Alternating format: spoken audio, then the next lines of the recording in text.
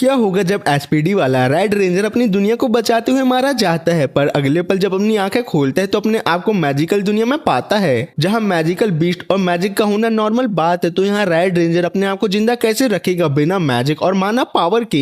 इस दुनिया में रेड रेंजर एक आइटम लड़की जिसके दिमाग के साथ साथ उसके बहुत बड़े बड़े बाल उससे मिलता है और उसी लड़की के साथ अपनी एडवेंचर पार्टी फॉर्म करता है और उसके साथ मिलकर वो इस दुनिया की इविल ऑर्गेनाइजेशन को मार के दुनिया को बचाने में लग जाता है, जहां उन्हें अपने एडवेंचर में एक दिमाग और बाकी कई जगह से फ्लैट प्रिंसेस मिलती है और उसका रॉयल नाइट भी होता है उसके साथ, जो अपने हीरो से बहुत ही ज्यादा नफरत करता है क्योंकि रेड बहुत सारी लड़कियों के साथ डाटा ट्रांसफर करता है दिन दहाड़े, लेकिन साथ ही साथ इस नई दुनिया को भी बचाता है। पर मेन बात, वो मरने के बाद इस मैजिकल दुनिया में आया तो आया कैसे और क्या वो अपने घर वापस जा सकता है या नहीं, ये बात उसे खुद पता लगानी है। तो रेड इन बातों का पता लगा के अपने घर वापस जा पाएगा या नहीं, या इस दुनिया में अपने फैमिली बना के रहने लगेगा। कहानी की शुरुआत में ही ब्रेकअप किंग के कहने पर उसके लोग सिटी पर हमला कर देते हैं, पर तभी 5 रेंजर आके अपने मैकाजॉर्ड को मैका रोबोट में ट्रांसफॉर्म करके ब्रेकअप किंग की शिप पर हमला कर देते हैं, पर काउंटर अटैक में खुद भी डैमेज हो जाते हैं। तब दुनिया को बचाने की पूरी जिम्मेदारी रेड रेंजर पर आ जाती है, जबकि बाकी रेंजर टूटे मैका रोबोट के साथ नीचे गिर जाते हैं। सबके अंदर ब्रेकअप किंग टॉन्ट मारता है, जो रेंजर हमेशा रिलेशनशिप और बॉन्डिंग की बातें करता था आज वो उससे लड़ने अकेला आया है, नल्ला कहीं का। पर रेड अकेला नहीं है क्योंकि पूरी दुनिया के लोग की बॉन्डिंग और उनकी पावर अभी भी उसके साथ है। फिर उन दोनों की फाइट स्टार्ट होती है जिसमें रेड ब्रेकअप किंग को आराम से हरा देता है, पर बैड लक होने के कारण वो भी मारा जाता है। लेकिन वो खुश है कि उसने कम से कम ब्रेकअप किंग को मार के दुनिया को बचा लिया,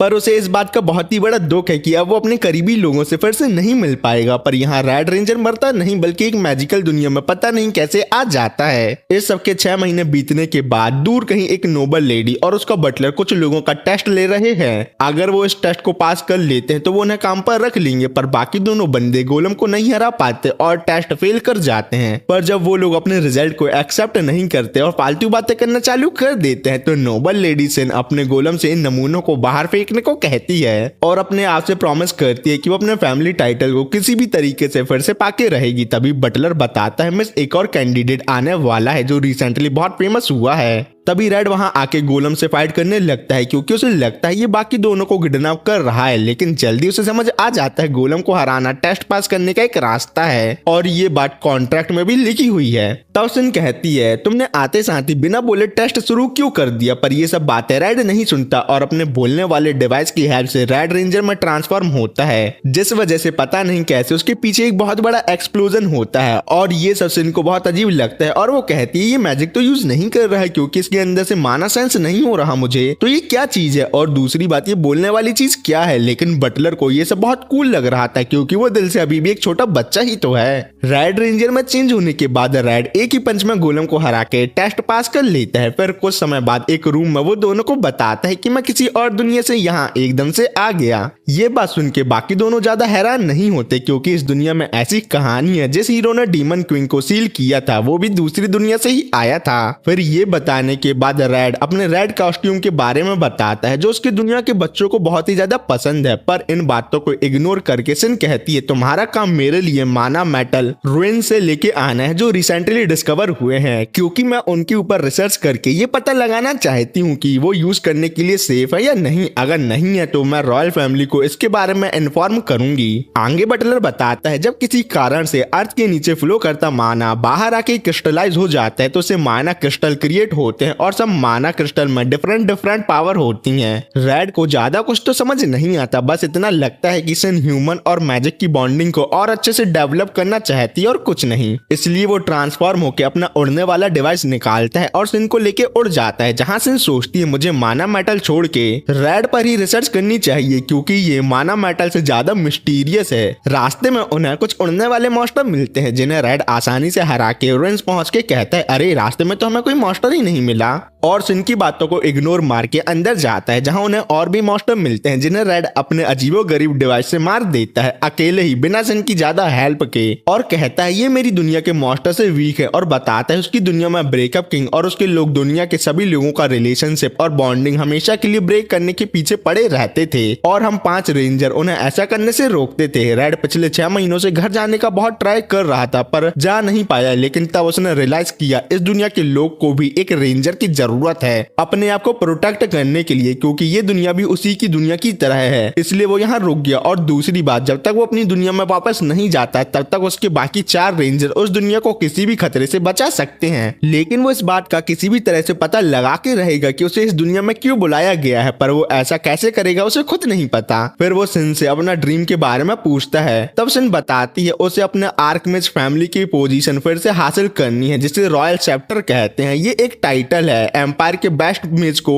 दिया जाता है, जिसका काम न्यू मैजिक की रिसर्च करके लोगों की और रॉयल फैमिली की हेल्प करना है। पर उसके फादर अपना टाइटल बैटल हार गए और निकाल दिए गए। जो न्यू चैप्टर है वो अपना मैजिक लोगों की हेल्प करने के लिए नहीं बल्कि वॉर जीतने के लिए कर रहा है, इसलिए सिन उसे हरा के न्यू चैप्टर बन के लोगों की फिर से मदद करना चाहती है। पर कुछ दूर चलने के बाद उन्हें पहले से यहाँ आए एडवेंचर की डेड बॉडी मिलती है, जिसके थोड़े और आगे जाने के बाद उन्हें माना मेटल मिल ही जाते हैं। पर सिन को डाउट होता है ये जमीन पर ऐसे क्यों पड़े हैं, क्योंकि अर्थ से बाहर आने के बाद माना क्रिस्टलाइज फाउंटेन फॉर्म में होते हैं, ऐसे अलग अलग नहीं। पर तभी उसके पीछे ड्रैगन आके पावरफुल अटैक कर देता है, लेकिन इस अटैक से सिन को रेड बचा तो लेता है पर खुद इंजर्ड हो जाता है। पर तब भी सिन के ड्रीम को पूरा करने के लिए रेड ड्रैगन से फाइट करने के लिए रेडी हो जाता है, इंजर्ड होने के बाद भी। ये सब देख के सिन हैरान है, पर रेड इतने बड़े ड्रैगन को इंजर्ड होने के बाद अकेले तो हरा नहीं सकता, इसलिए वो अपना सीक्रेट वेपन समन करने के लिए सिन से हेल्प मांगता है, क्योंकि अब उन दोनों के बीच फ्रेंडशिप का बॉन्ड डेवलप हो गया है, इसलिए वो ऐसा कर सकते हैं। सिन को ज्यादा कुछ तो समझ नहीं आता, पर रेड ने उसकी जान बचाई है, इसलिए वो उसकी हेल्प करने के लिए हाँ बोल देती है। जिसके तुरंत बाद रेड अपना सीक्रेट वेपन को समन करता है और वो है मेगा रोबोट, जो आते साथ ही ड्रैगन से छूटने लगता है, क्योंकि 2 लोगों की बॉन्डिंग पावर कम होती है 5 लोगों से, इसलिए मेगा रोबोट अगले 2 सेकंड में टूट जाएगा। ये सब देख के सिन का भेजा फ्राई हो जाता है। वो मन में सोचती है जब ऐसा ही था तो रेड ने इस अजीब रोबोट को समन ही क्यों किया, पागल कहीं का। पर तभी रेड सिन को अपने करीब खींचता है और मेगा रोबोट में की एक्टिवेट करता है, जिस वजह से रोबोट फायर बीम अटैक करके बड़े आराम से ड्रैगन को मार देता है। इसके कुछ टाइम बाद सिन माना मेटल पर रिसर्च करने पर लग जाती है। फिर बाहर आके रेड से कहती है मैं तुम्हारी टेक्नोलॉजी के साथ अपनी सॉर्सरी मिक्स करके न्यू तरह का मैजिक क्रिएट करना चाहती हूँ, जिससे तुम अपनी दुनिया में वापस जा सकते हो शायद तक, और मैं रॉयल चैप्टर बन सकती हूँ। तो क्या बोलते हो, मेरे साथ एडवेंचर पार्टी फॉर्म करोगे? इन बातों को सुन के रेड रोने लगता है खुशी के मारे, क्योंकि 6 महीने से वो सभी की मदद कर रहा था पर किसी ने भी उसे अपने घर जाने में हेल्प करने के बारे में सोचा तक नहीं। और रेड आगे सिन से ये भी कहता है शायद तुमसे मिलने के लिए ही मुझे इस दुनिया में बुलाया गया है। पर ये बातें सुन के पता नहीं क्यों सिन लालम लाल हो जाती है। फिर कुछ देर बाद सिन रेड का फुल चेकअप करके कहती है तुम इसी दुनिया के इंसानों की तरह ही हो, पर तुम्हारे अंदर माना है या नहीं ये बात मुझे तुम्हारा ब्लड टेस्ट करने के बाद ही पता चल सकती है। पर जैसे ही रेड इंजेक्शन देखता है वो डर जाता है और कहता है मैं टेस्ट नहीं करवाने वाला, क्योंकि मुझे इंजेक्शन से डर लगता है। ये सुन के सिन हैरान होते हुए टॉन्ट मारती है, बताओ जो आदमी इंजर्ड होने के बाद भी मुझे ड्रैगन से बचा सकता है वही एक छोटे से इंजेक्शन से डरता है, कैसे नल्ले आदमी हो यार तुम। और इस सब के चलते वो दोनों डाटा ट्रांसफर करने वाली पोजीशन में आ जाते हैं। तो वहां बैठे सभी एडवेंचर कहते हैं अगर यही सब करना है तो रूम में जाके करो, यहाँ क्यों कर रहे हो पागल।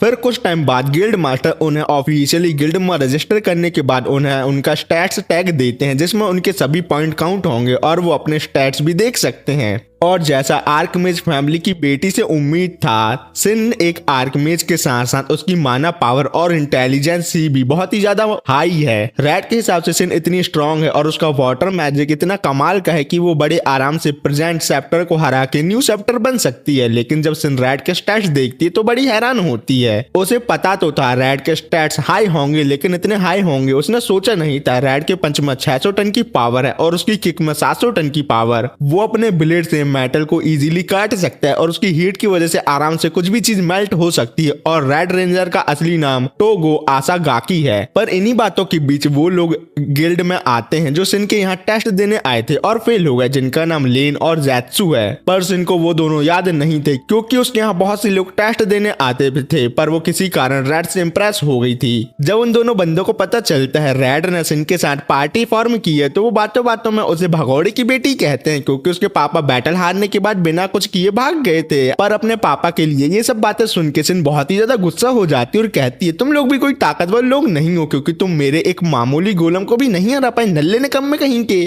तभी सिन को अपने पापा की बात याद आती है। उन्होंने कहा था बेटा हम अब रॉयल चैप्टर नहीं रहे, लेकिन हम अभी भी लोगों को सही रास्ता दिखाते रहेंगे और उनकी मदद ही करते रहेंगे। ये बात कभी नहीं भूलना मरते दम तक। चाहे सभी लोग उसके पापा को भगौड़ा, नल्ला निकम्मा और फालतू बातें बोलते थे, पर उन्होंने कभी भी लोगों की मदद करने के लिए मैजिक में रिसर्च करना नहीं छोड़ा। प्रेजेंट में रेड सभी को ऐसा लड़ने से मना करता है क्योंकि वो सभी एडवेंचर है, इसलिए वो इस फाइट को एक क्वेस्ट पूरा करके खत्म करेंगे। इस क्वेस्ट में डंजन में रिसेंटली आए मॉन्स्टर को जल्दी से ढूंढ के उसको मारना होगा, और मान लो सिन विनर बनी तो दोनों बंदों को उसके पापा के लिए बुरी भली बातें बोलने के लिए उसे सॉरी बोलना होगा। पर बाकी दोनों बंदे जीते तो वो सिन के साथ कुछ भी कर सकते हैं और उसको कुछ भी करने को बोल सकते हैं। ज़ेसू और लेन ये सुन के खुश हो जाते हैं क्योंकि वो इस डंजन को बहुत अच्छे से जानते हैं, जैसे ही उनका दूसरा घर हो, इसलिए वो विनर बन के सिन के साथ डाटा ट्रांसफर करने की सोच रहे होते हैं। और इन दोनों के फेस एक्सप्रेशन से सिन समझ जाती है ये दोनों डंजन को बहुत ही अच्छी तरीके से जानते हैं। पर जैसे ही सभी लोग अंदर जाते हैं, ज़ेसू और लेन तुरंत बिना आवाज किए उस न्यू मॉन्स्टर को ढूंढने निकल पड़ते हैं, क्योंकि ज्यादा आवाज मीनाटोर मॉन्स्टर को उनके साइड बुला सकती है। पर ये बात सिन और रैड को नहीं पता होती, इसलिए जब रैड ट्रांसफॉर्म होता है तो उसके पीछे एक्सप्लोजन होता है और उसी की आवाज से सभी मॉन्स्टर उनके पास आकर हमला कर देते हैं। जहां रैड तो उन्हें बड़े आराम से हरा रहा होता है, पर बाकी तीनों लोगों का इतने सारे मॉन्स्टर से एक ही साथ लड़ना बहुत ही ज्यादा मुश्किल होता है। तो सिन रैड को मेगा रोबोट समन करने को कहती है, लेकिन दोनों दिमाग से पैदल होते हैं, इसलिए उन्हें ये बाद में समझ आता है कि मेगा रोबोट इस छोटे से डंजन के लिए बहुत ही ज्यादा बड़ा है। पर खुशकिस्मती की बात ये होती है कि मेगा रोबोट ने बहुत ही सारे मॉन्स्टर को कुचल दिया होता है। मेगा रोबोट को देखने के चक्कर में ज़ेसू और लेन का ध्यान भी भटक जाता है और इसी का फायदा उठा के बाकी बचे हुए मॉन्स्टर उन पर अटैक कर देते हैं, लेकिन सिन उन्हें अपने मैजिक से बचा लेती है क्योंकि उसके पापा ने कहा था अगर तुम अपने मैजिक से किसी को भी बचा सकती हो तो उन्हें किसी भी हालत में बचाना, मरने नहीं देना। और दूसरी बात, अगर वो दोनों यहाँ मर गए तो वो किससे माफी मांगने को बोलेगी। पर इन्हीं बातों के बीच वहाँ वो न्यू मॉन्स्टर आ जाता है जिसको मारने वो यहाँ आए थे। उस मॉन्स्टर को देख के बचे हुए मॉन्स्टर पतली गली से भाग जाते हैं डर के मारे।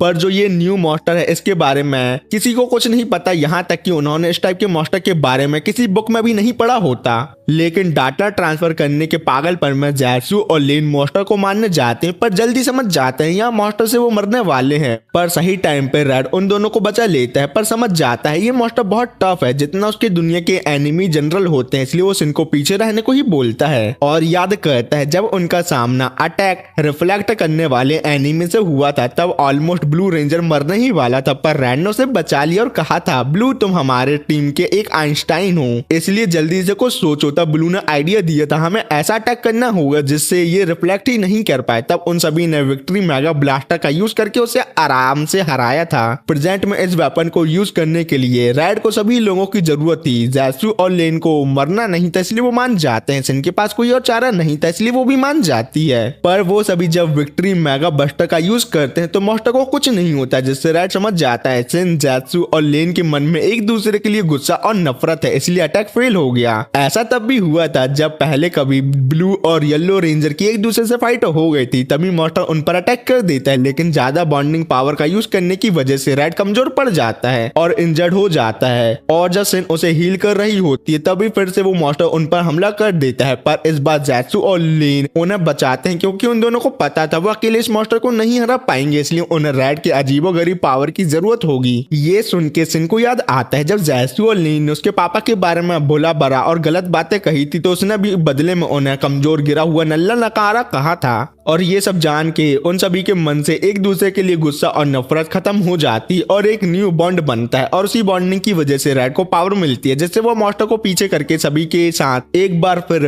विक्ट्री मेगा बस्टर यूज करता है और इस बार अटैक काम कर जाता है क्योंकि सब एक दूसरे से अब नफरत नहीं करते बल्कि एक दोस्त की तरह प्यार करते हैं। पर ये सब होने के बाद मॉन्स्टर के अंदर से एक ह्यूमन बाहर आता है जिसके माथे पर कुछ अजीब से लगा होता है, जिसके बारे में सिन सोच रही होती है। पर वापस आके के रेड उस आदमी को गिल्ड मास्टर के हवाले कर देता है। फिर जब सभी के बीच में सब ठीक हो गया था तो ज़ेत्सु, लेन, रेड और सिन दोस्त बन जाते हैं। पर इन्हीं बातों के बीच वो आदमी गिल्ड से निकलकर सिटी में आके फिर से स्केलेटन मॉन्स्टर में बदलकर अपने ट्रेजर चेस्ट को ढूंढने लगता है। लेकिन वहां दो मिस्टीरियस लोग आते हैं और मॉन्स्टर को मार के आदमी के माथे से वो अजीब सी चीज जो एक टाइप का सीड होता है निकाल के वहां से निकल जाते हैं। दूसरे दिन तक एट लास्ट सिन और रेड उसके घर आते हैं, जहां सिन अपने बटलर पोसाइडन को जब बताती है आज से रेड हमारे साथ ही रहने वाला है, क्योंकि सभी क्वेस्ट में वो एक्सप्लोजन की वजह से मॉन्स्टर मटेरियल जला देता है तो उसके पास रेंट देने तक पैसे नहीं बचते। और दूसरी बात, यहाँ रहने से मैं उसके ऊपर आराम से रिसर्च कर सकती हूँ। पर बटलर कहता है मिस, वो एक जवान लड़का है, मान लो उसका मन किसी दिन डाटा ट्रांसफर करने का किया तो बड़े आराम से वो ऐसा कर सकता है, क्योंकि आप दोनों एक ही घर में रह रहे हो। पर सिन कहती है आप भी तो एक आदमी हो, तो डाटा ट्रांसफर करने का सामान आपके पास भी तो होगा। तो बटलर कहता है मैं आपकी फैमिली में 3 जनरेशन से काम कर रहा हूँ, इसलिए आप मेरी पोती की तरह है। और इतना बोल के वो तुरंत रैड के पास भाग के जाता है और कहता है अगर तुम्हें यहाँ रहना है तो एक काम करना होगा। रैड भी फ्री में रह रहा था तो काम करने के लिए मान जाता है, पर जब उसे पता चलता है बटलर उसका गाजर काटना चाहता है तो भागने लगता है वो और सिन को मदद करने के लिए बुलाता है। सिन बटलर को ऐसा करने से रोकती है और इसी समय कोई घर के बाहर बार बार बेल बजा रहा होता है पर कोई डोर ओपन नहीं करता, तो वो खुद अंदर आ जाते हैं और देखते हैं घर की मालकिन सिन सुबह सुबह ही अपने लवर के साथ बिना लाज शर्म के घर के बीचों बीच डाटा ट्रांसफर कर रही है। तो बड़ी हैरान होते हैं वो दोनों।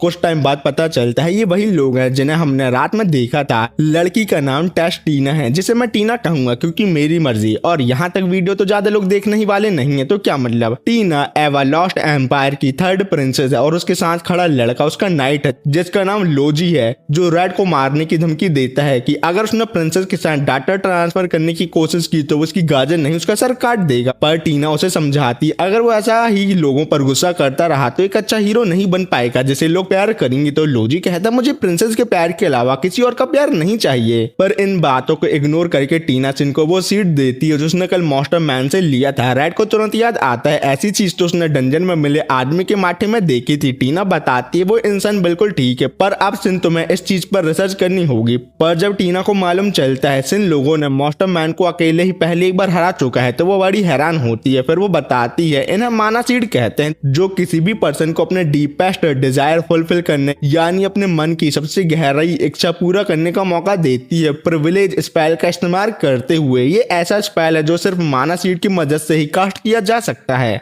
और इसकी मदद से एक आम इंसान भी एडवांस मैजिक बड़े आराम से यूज कर सकता है। मान लो किसी को बहुत पैसे चाहिए तो वो किसी भी चीज को टच करके गोल्ड को बना सकता है। अगर किसी को अपनी बड़ी सी टेरिटरी प्रोटेक्ट करनी है तो वो एक ह्यूज बैरियर भी बना सकता है प्रिविलेज स्पेल और माना सीड की मदद से। ये सुन के सिन को लगता है ये तो बड़ी अच्छी चीज हुई। तो टीना बताती है माना सीड का ज्यादा यूज करने से सीड अपने होस्ट को मॉन्स्टर में बदल देता है, पर इसको रॉयल फैमिली बैन नहीं कर रही क्योंकि इस सब के पीछे शायद तक रॉयल सेप्टर साहा का कोई लेना देना है। पर टीना ने उसके खिलाफ कुछ भी किया तो बाकी रॉयल फैमिली के मेंबर जो साहा के साथ है वो टीना को मार देंगे। पर टीना किसी भी हालत में सभी माना सीट को जमा करना चाहती है जिससे एम्पायर के सिटीजन को कोई भी प्रॉब्लम ना हो। और इस सब में वो सिन की हेल्प लेना चाहती है क्योंकि वो पुराने सेप्टर की बेटी जो है। सिन भी हेल्प करने के लिए मान जाती है क्योंकि ऐसा करने से वो साहा को भी हटा सकती है और रॉयल फैमिली से कनेक्शन भी बना सकती है। रेड भी टीना की हेल्प करने के लिए रेडी हो जाता है, पर लोजी रेड को प्रिंसेस टीना के पास आने नहीं दे सकता क्योंकि पहले तो वो एक नॉर्मल इंसान है और वो रेड पर भरोसा भी नहीं करता।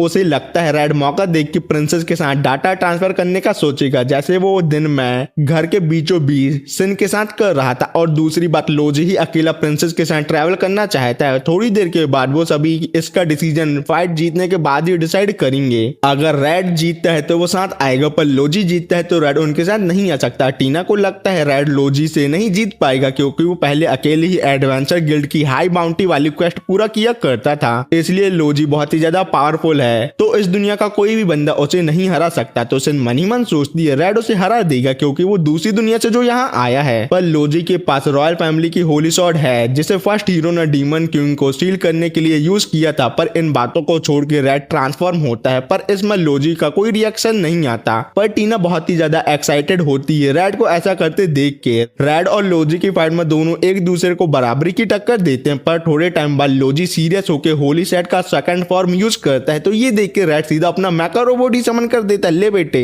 जिसको देख के लोजी की भी फट जाती है। पर इस बार मैका रोबोट के अंदर टीना भी आ जाती है, क्योंकि रेड के साथ अपना गोल शेयर करके उनके बीच एक बॉन्ड फॉर्म हो गया। पर नीचे से लोजी को लगता है रेड ने प्रिंसेस को पकड़ लिया है, इसलिए वो गुस्से में मैका रोबोट पर हमला करके उसे थोड़ा पीछे हटा देता है। और छोटे होने की वजह से रेड मैका रोबोट से उसे टच भी नहीं कर पाता है, इसलिए वो अपनी जायंट सॉर्ड समन करके विंड प्रेशर से ही लोजी को तारा बना के उसका काम भारी कर देता है। पर लोजी अभी भी जिंदा होता है और रेड को साथ आने से मना करता है। तो टीना कहती है रेड तो माना सीड से ज्यादा खतरनाक है, इसलिए हमें उसे अपने साथ ही ले जाना चाहिए, जो एक अच्छी बात है। पर जब वो लोग अपने सफर पर निकलते हैं, पोसाइडन रेड को धमकी देता है अगर उसने मिस सिन के साथ डाटा ट्रांसफर करने का सोचा भी तो वो उसका सामान काट देगा। सफर के दौरान रोजी और रेड के बीच बिल्कुल नहीं बनती। वो सभी एक ऐसे टाउन में जा रहे हैं जहां टाउन के लॉर्ड के पास माना सीड होने का प्रिविलेज स्पेल कास्ट करने का र्यूमर है। पर टाउन में आने के बाद वहां कोई भी सिटीजन उन्हें नहीं मिलता। तब एक मिस्टीरियस लड़की आके कहती है यहाँ से चले जाओ, क्योंकि यहाँ कोई भी टाउन के लोग बाहर से आए लोगों से बात नहीं करते, क्योंकि अगर उन्होंने किया तो लॉर्ड को पता चल जाएगा, और वहां से चली जाती है। ये सुन के सिन जल्दी समझ जाती है पूरे टाउन में बैरियर लगा हुआ है, जिससे टाउन लॉर्ड अंदर के सभी जगह को देख और सुन सकता है आसानी से।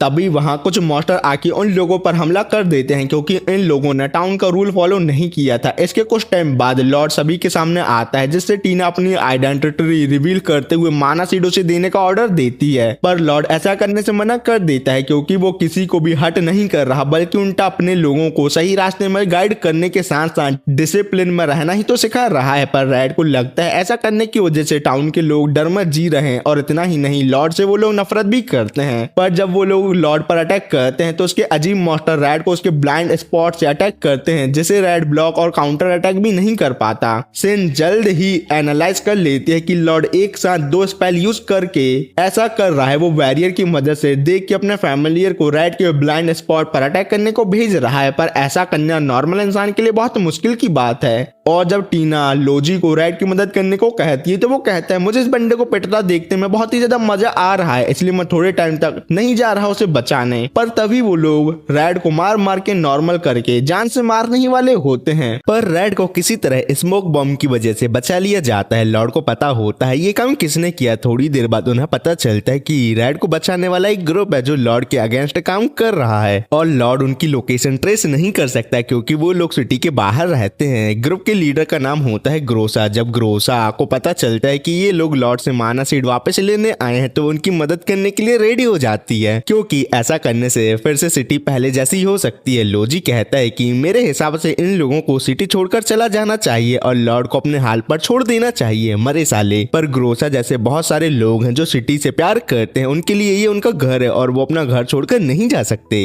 रेड को ये बात सुन के याद आता है कि वो भी अपने असली घर से बहुत दूर है, इसलिए वो उनकी मदद करने के लिए तैयार हो जाता है। ग्रोसा उनकी मदद करने के कुछ रूल बताती है जिनका उल्लंघन करने से सिटी के अंदर लॉर्ड के फैमिली समन हो जाते हैं। वो लोग लॉर्ड को मारने के कई प्लान बनाते हैं, लेकिन कोई भी प्लान ज्यादा इफेक्टिव नहीं होता। तब सिन एक जबरदस्त प्लान बताती है जो काम कर सकता है, पर उसमें कुछ बड़ी प्रॉब्लम्स हैं। उस मिशन को कंप्लीट करने के लिए लोजी और रेड को एक साथ काम करना पड़ेगा, लेकिन लोजी और रेड की बिल्कुल नहीं बनती। दूसरी बात, जब रेड ट्रांसफॉर्म होता है तो उसके ब्लास्ट से लोजी को चोट लग सकती है। और तीसरी बात, वो एक दूसरे पर बिल्कुल भरोसा नहीं करते। तब टीना लोजी के पास जाती है और कहती है अगर तुम रेड के साथ कोऑपरेट करोगे तो मैं तुम्हें अपनी गोद में सुला के तुम्हारा कान साफ करूंगी, याद रखना ये बात। इतना सुनते ही लोजी तुरंत मान जाता है रेड के साथ काम करने के लिए। रात में सिन और टीना बात लेते हैं जहां वो दोनों बातें कर रहे होते हैं, और सिन टीना से पूछती है प्रिंसेस तुम मेरे पास ही क्यों आई मदद मांगने के लिए। तो टीना बताती है जब तुम्हारी फैमिली को रॉयल चैप्टर पोजीशन से हटा दिया गया था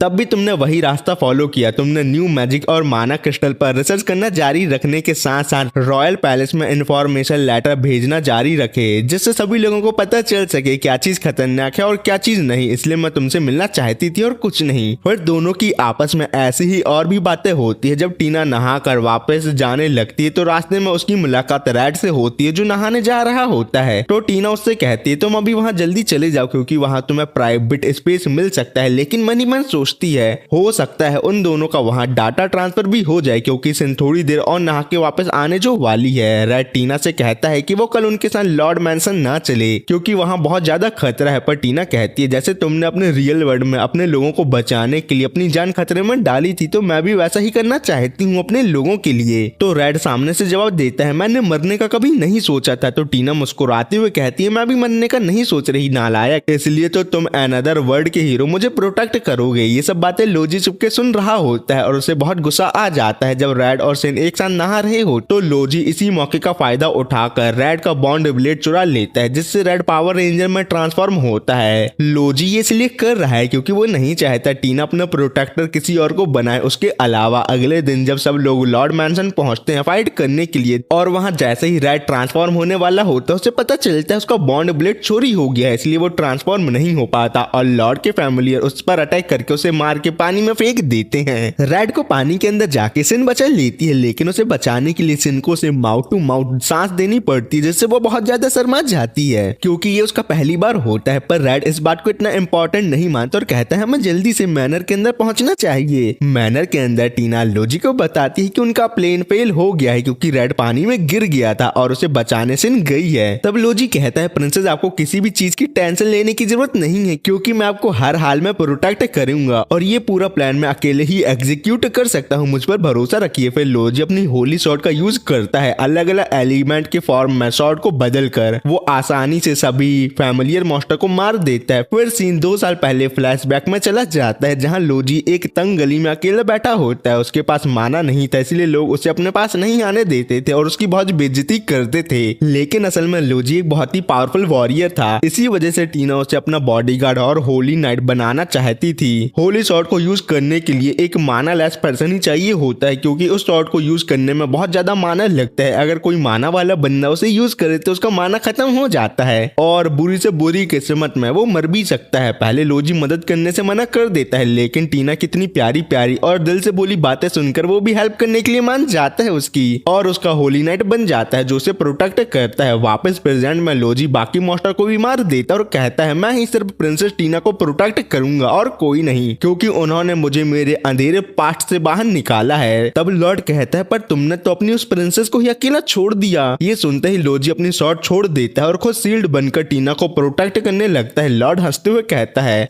तुम्हें लड़ना आता है, डिफेंड करना नहीं, इसलिए तुम इतना पिट रहे हो। पर सही टाइम पर रेड और सिन आके उन दोनों को बचा लेते हैं और इसके तुरंत बाद सिन एक बैरियर बनाते हैं जिससे वो थोड़ी देर के लिए सेफ रह सकते हैं, लेकिन सिन ज्यादा देर तक उस बैरियर को मेंटेन नहीं कर सकती। तभी लोजी की पॉकेट से रेड का बॉन्ड ब्लेड गिर जाता है, पर दिमाग से पैदल नल्ले रेड को लगता है लोजी भी पावर रेंजर बनने के लिए ट्रांसफॉर्म होना चाहता था, इसलिए उसने बॉन्ड ब्लेड चुरा लिया क्योंकि सब लोग ऐसा ही करते हैं क्योंकि सब दिल से बच्चे ही तो होते हैं। लेकिन टीना को समझ आ जाता है इस सब का कुछ और ही मतलब है। वो लोजी से पूछती है लोजी बताओ तुमने ऐसा क्यों किया। लोजी छुपाता नहीं और कहता है मुझे डर था कहीं ये रेड आपको मुझसे छीन ले, क्योंकि जो होली शॉट विल्ड करता है उसके पास माना नहीं होना चाहिए और ये दूसरी दुनिया से आया है इसलिए इसके पास भी माना नहीं है, इसलिए ये आपका नया नाइट बन सकता है। इसलिए मैंने इसे हमेशा के लिए अपने रास्ते से हटा देने की कोशिश की ताकि मैं आपके साथ अकेले रह सकूं। ये सुनकर टीना कहती है मेरे लो स्टेटस की वजह से मुझे कोई रॉयल नाइट फैमिली से नहीं मिला था, लेकिन मैंने अपना नाइट खुद चुना और इस दुनिया को बचाने के लिए उसके साथ निकल पड़ी, इसलिए चाहे कुछ भी हो जाए तुम्हारी जगह कोई और नहीं ले सकता लोजी। इन सब बातों के बीच सिन अपना बैरियर ज्यादा देर तक नहीं बना पाती और उसे गुस्सा भी आ रहा होता है। जैसे ही बैरियर टूटता है लोजी फैमिलियर मॉन्स्टर पर हमला कर देता है। उसके बाद रेड और लोजी एक दूसरे के ब्लाइंड स्पॉट कवर करते हुए मॉन्स्टर के खिलाफ बहुत ही डेंजरस तरीके से फाइट करते हैं। साथ ही रेड टीना और सिन को भी प्रोटेक्ट कर रहा होता है। जब सारे मॉन्स्टर खत्म हो जाते हैं तो वो लोग मिलकर लॉर्ड पर अटैक करते हैं। पहले तो लगता है कि लॉर्ड हार गया, लेकिन तभी माना सीट की वजह से वो बजर्क मोड में चला जाता है और इतना ह्यूज यानी बड़ा हो जाता है कि अगर वो सिटी में गिरा तो पूरी सिटी ही फ्लैट हो जाएगी, यानी सब लोग मारे जाएंगे। इतने बड़े मॉन्स्टर को देख के भी रेड को ज्यादा टेंशन नहीं होती क्योंकि रेड के असली वर्ल्ड में उसके दुश्मन मरने के बाद ऐसे ही ह्यूज और बड़े हो जाया करते थे, पर उन्हें वो बड़े आराम से मार दिया करता था, इसलिए ये सब देखना उसके लिए रोज का काम है। फिर ये बात बताने के बाद वो मैकर रोबोट को समन करता है और मॉन्स्टर को पकड़ के हवा में उड़ जाता है ऐसी जगह ले जाने के लिए जहां उसके ब्लास्ट होने के बाद कोई भी ह्यूमन इंजर्ड नहीं होगा, जो जगह और कोई नहीं एम्प्टी स्पेस है। टीना लोजी और सिन को लेजेंड की कहानी में यकीन था कि बादलों के ऊपर एंजल रहते हैं, पर वो बात अब गलत साबित हो जाती है जब उन लोगों ने अपनी आंखों से स्पेस को देखा है। लोजी ने भी अजीब ही सही पर रेड के साथ बॉन्ड बना लिया था, इसलिए वो भी मैकर रोबोट के अंदर एंटर कर गया है और ये एक अच्छी बात है क्योंकि वो शॉट चलाने में अच्छा है, इसलिए रैड उसे छोटी शॉट देता है जिसकी मदद से लोजी समन हुए मेका रोबोट की बड़ी सी शॉट को अंदर से ही आसानी से कंट्रोल कर सकता है। और जब मॉन्स्टर लॉर्ड उन पर अटैक करने वाला होता ही है, वो लोग उसे शॉट की मदद से काट के ब्लास्ट कर देते हैं, जिसका एक्सप्लोजन नीचे से टाउन के लोग भी देख रहे होते हैं, जिनमें ग्रोसा के लोग भी शामिल होते हैं। बड़े मॉन्स्टर लॉर्ड के मरने के बाद ह्यूमन लॉर्ड जिंदा तो बच गया था, पर अगर उसे ऐसे ही छोड़ दिया गया तो माना सीड लॉर्ड को फिर से बड़े मॉन्स्टर में बदल देगा।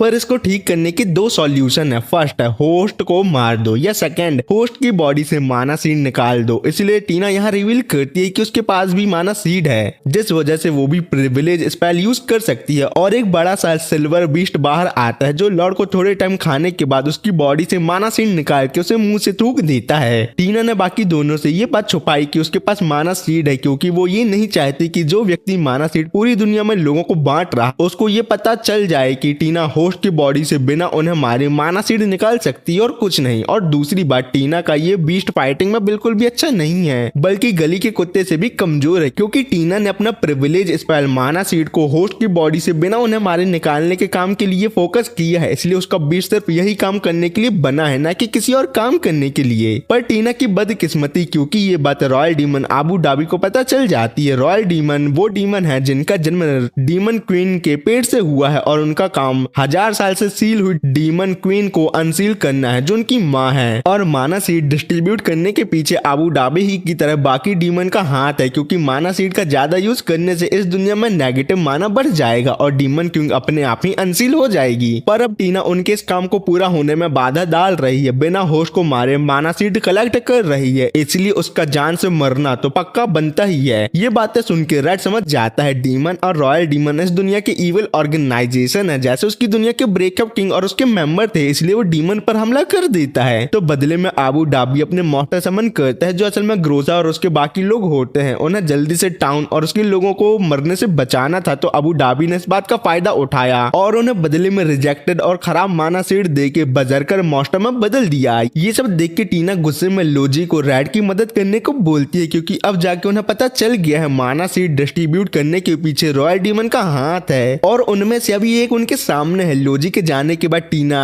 खुद सिन के साथ मिलकर अपने प्रिविलेज स्पेल से क्रिएट किया बीस्ट की मदद से ग्रोसा के लोगों को नॉर्मल करने में लग जाती है। पर एक साथ इतना माना एब्जॉर्ब करने में उसे भी बहुत ही ज्यादा मुश्किल आ रही होती है। तो सिन कहती है, टीना तुम्हें अपना माना होली स्वॉर्ड को पकड़ उसे एब्जॉर्ब करने देना होगा। पर इस वक्त रेड और लोजी मिलकर भी अबू डाबी को हैंडल नहीं कर पा रहे, और अगर ऐसी ही सिचुएशन में लोजी उसके पास अपनी होली स्वॉर्ड लेके आ गया तो रेड अकेले रॉयल डीमन को कैसे हैंडल कर पाएगा। इसलिए टीना डिसाइड कर लेती है वो मरते दम तक सभी लोगों को नॉर्मल करने का काम करेगी, क्योंकि उसके लिए अपनी जान से ज्यादा अपने एम्पायर के लोगों की जान बचाने की चिंता है। पर इन बातों से थोड़ा दूर आबू डाबी फाइट के दौरान रेड से कहता है, सभी रॉयल डीमन का एक ही गोल है, अपनी माँ डीमन क्वीन को अनसील करना, इसलिए हम लोगों का बॉन्ड एक दूसरे के साथ बहुत ही ज्यादा स्ट्रॉन्ग और अच्छा है। पर तुम ह्यूमन लोग एक साथ नहीं हो, क्योंकि सभी ह्यूमन स्पीसीज के सभी अलग अलग गोल हैं। जैसे ग्रोसा लोगों का है इस सिटी और यहाँ के लोगों को प्रोटेक्ट करना। लोजी रेड को डीमन की बातों पर ध्यान देने से मना करता है, पर रेड कहता है इविल ऑर्गेनाइजेशन के लोगों को भी एक दूसरे के साथ स्ट्रॉन्ग बॉन्ड होते हैं। ऐसा होना गलत बात नहीं है, पर जो लोग दूसरे के बॉन्ड और रिलेशन को ब्रेक करना चाहते हैं वो बहुत ही गलत, और उनकी ये बात बहुत ही गलत होती है। इसलिए रेड अपने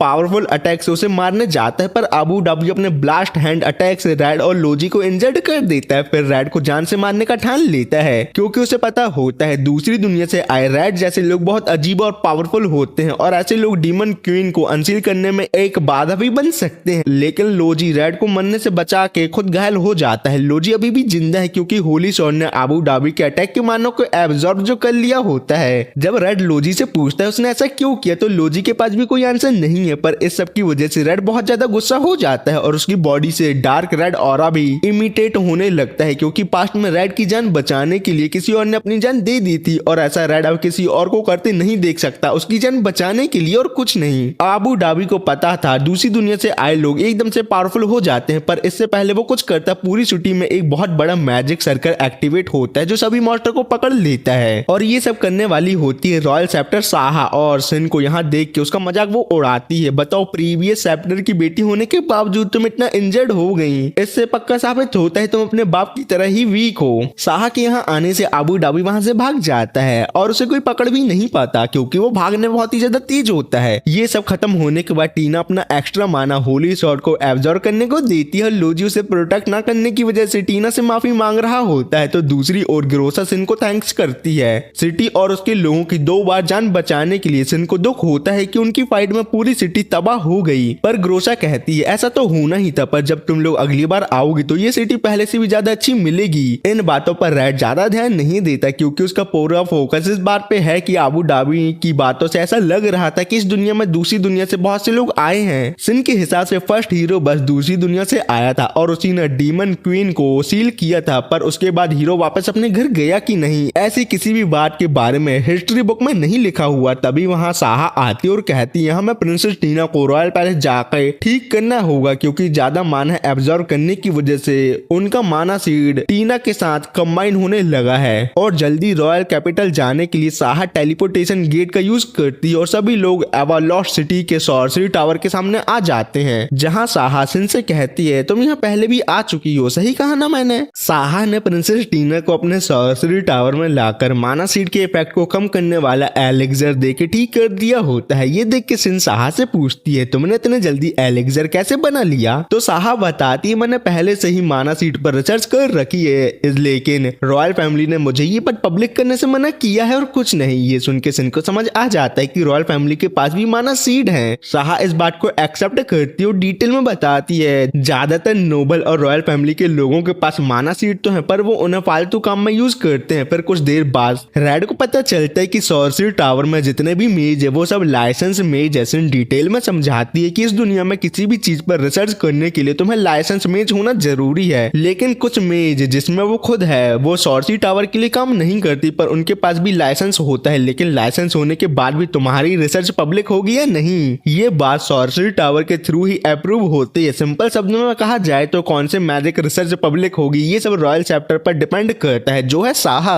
साहा कहती है मैं चाहती हूँ कि सिर्फ बेस्ट मैजिक और रिसर्च ही लोगों तक पहुंचे, ना कि बेकार रिसर्च जिनसे लोगों का नुकसान हो। पर सिन नहीं मानती, वो चाहती है कि A to Z सब मैजिक रिसर्च पब्लिक हो ताकि सभी सिटीजन का फायदा हो। पर साहा कहती है तुम भी अपने पापा जैसी हो, उनके रॉयल चैप्टर होने की वजह से ही बहुत इंसिडेंट हुए थे, जैसे जानवरों को पकड़ने वाली रिसर्च का मिसयूज करके कुछ लोग डेमी ह्यूमन को अपना स्लेव बना रहे थे, कुछ ऑर्फन बच्चे जिनके पास नकली आर्म थे वो उन आर्म की मदद से चोरी कर रहे थे, और भी ऐसे बहुत सारे इंसिडेंट हुए थे। इसलिए साहा इतनी ज्यादा स्ट्रिक्ट है किसी भी मैजिक टूल और मैजिकल रिसर्च को पब्लिक करने के लिए, और इसी वजह से साहा को सिन और उसके पापा का जो डिसीजन है जिसमें वो चाहते हैं कि पूरी दुनिया के लोग को सब कुछ फ्री मिल सके वो बिल्कुल पसंद नहीं है। रेड को भी साहा की बात बिल्कुल पॉइंट वाली लगती है। ये सब सुनकर सिन रो पड़ती है क्योंकि उसे लगा था कम से कम रेड तो उसके ड्रीम को फॉलो करेगा और उसे पूरा करने में उसकी मदद करेगा क्योंकि उसने ऐसा बोला था। इसी दुख के मारे सिन अपनी उड़ने वाली झाड़ू लेकर वहां से भाग जाती है और याद करती है जब भी उसने सॉर्सरी टावर में किसी से अपनी फैमिली पोजीशन रॉयल चैप्टर वापस लेने में हेल्प मांगी थी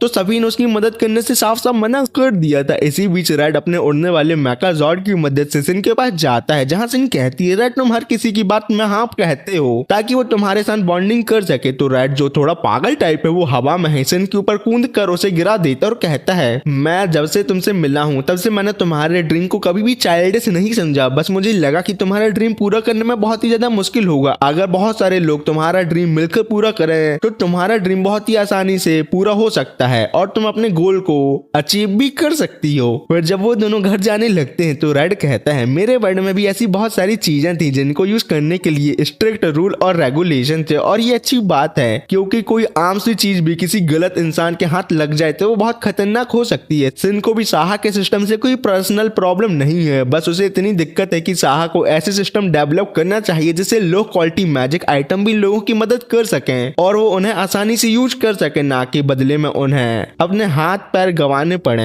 सॉर्सरी टावर के बाहर आके रेड कहता है तुम्हें ये सब बातें साहा के साथ भी शेयर करनी चाहिए। अपने दोस्त को अपने पास रखना अच्छा है लेकिन अपने दुश्मन के पास रहना और भी ज्यादा अच्छा है, और ऐसा करने से सिन तुम पूरी ह्यूमैनिटी की मदद कर सकती हो और अपना सपना भी पूरा कर सकती हो। और अब जाके सिन को समझ आता है जब रेड ने उसके अगेंस्ट बात की थी तो उसे दुख क्यों लगा था, क्योंकि सिन अब रेड से प्यार जो करने लगी है। इसके बाद रेड लोजी से मिलने जाता है और बहुत ही डरावने टोन में कहता है अगली बार मुझे बचाना मत। फिर नॉर्मल हैप्पी टोन में बोलते हैं मुझे पसंद नहीं है कि कोई मुझे बचाए। लोजी कहता है मुझे खुद नहीं पता मैंने तुम्हें क्यों बचाया, लेकिन मैं इस बात के लिए तुम्हारा शुक्रिया अदा करना चाहता हूँ। जब हम तुम्हारे मैका रोबोट से स्पेस में गए थे और मैंने पहली बार स्पेस देखा तो मुझे समझ आया कि ये दुनिया बहुत बड़ी है, लेकिन इस दुनिया के पार भी एक और दुनिया है जिसके बारे में कोई कुछ नहीं जानता। इसलिए मुझे अंदर से और स्ट्रांग होने का मन हुआ, लेकिन तभी रेड अचानक से वहां से टेलीपोर्ट हो जाता है। फिर सीन सिन पर आता है जो सोच रही होती है माना मेटल का यूज कैसे किया जाए। ये मुझे समझ नहीं आ रहा है क्योंकि जो बाकी माना स्टोन होते हैं उन्हें अलग अलग तरीकों से यूज किया जा सकता है। जैसे माना ऑर्ब को मेज के स्टाफ में लगाकर उनके मैजिक आउटपुट को बढ़ाया जा सकता है और बाकी माना स्टोन को अलग अलग ऑर्नामेंट में लगाकर भी यूज किया जा सकता है। जब सिन माना मेटल को पकड़ के रेड को याद कर रही होती है तभी रेड टेलीपोर्ट होकर उसके सामने आ जाता है, जिससे थोड़ा शर्मा जाते हैं। इस सब के कुछ देर बाद रेड सिन को बताता है जब भी उसे अपने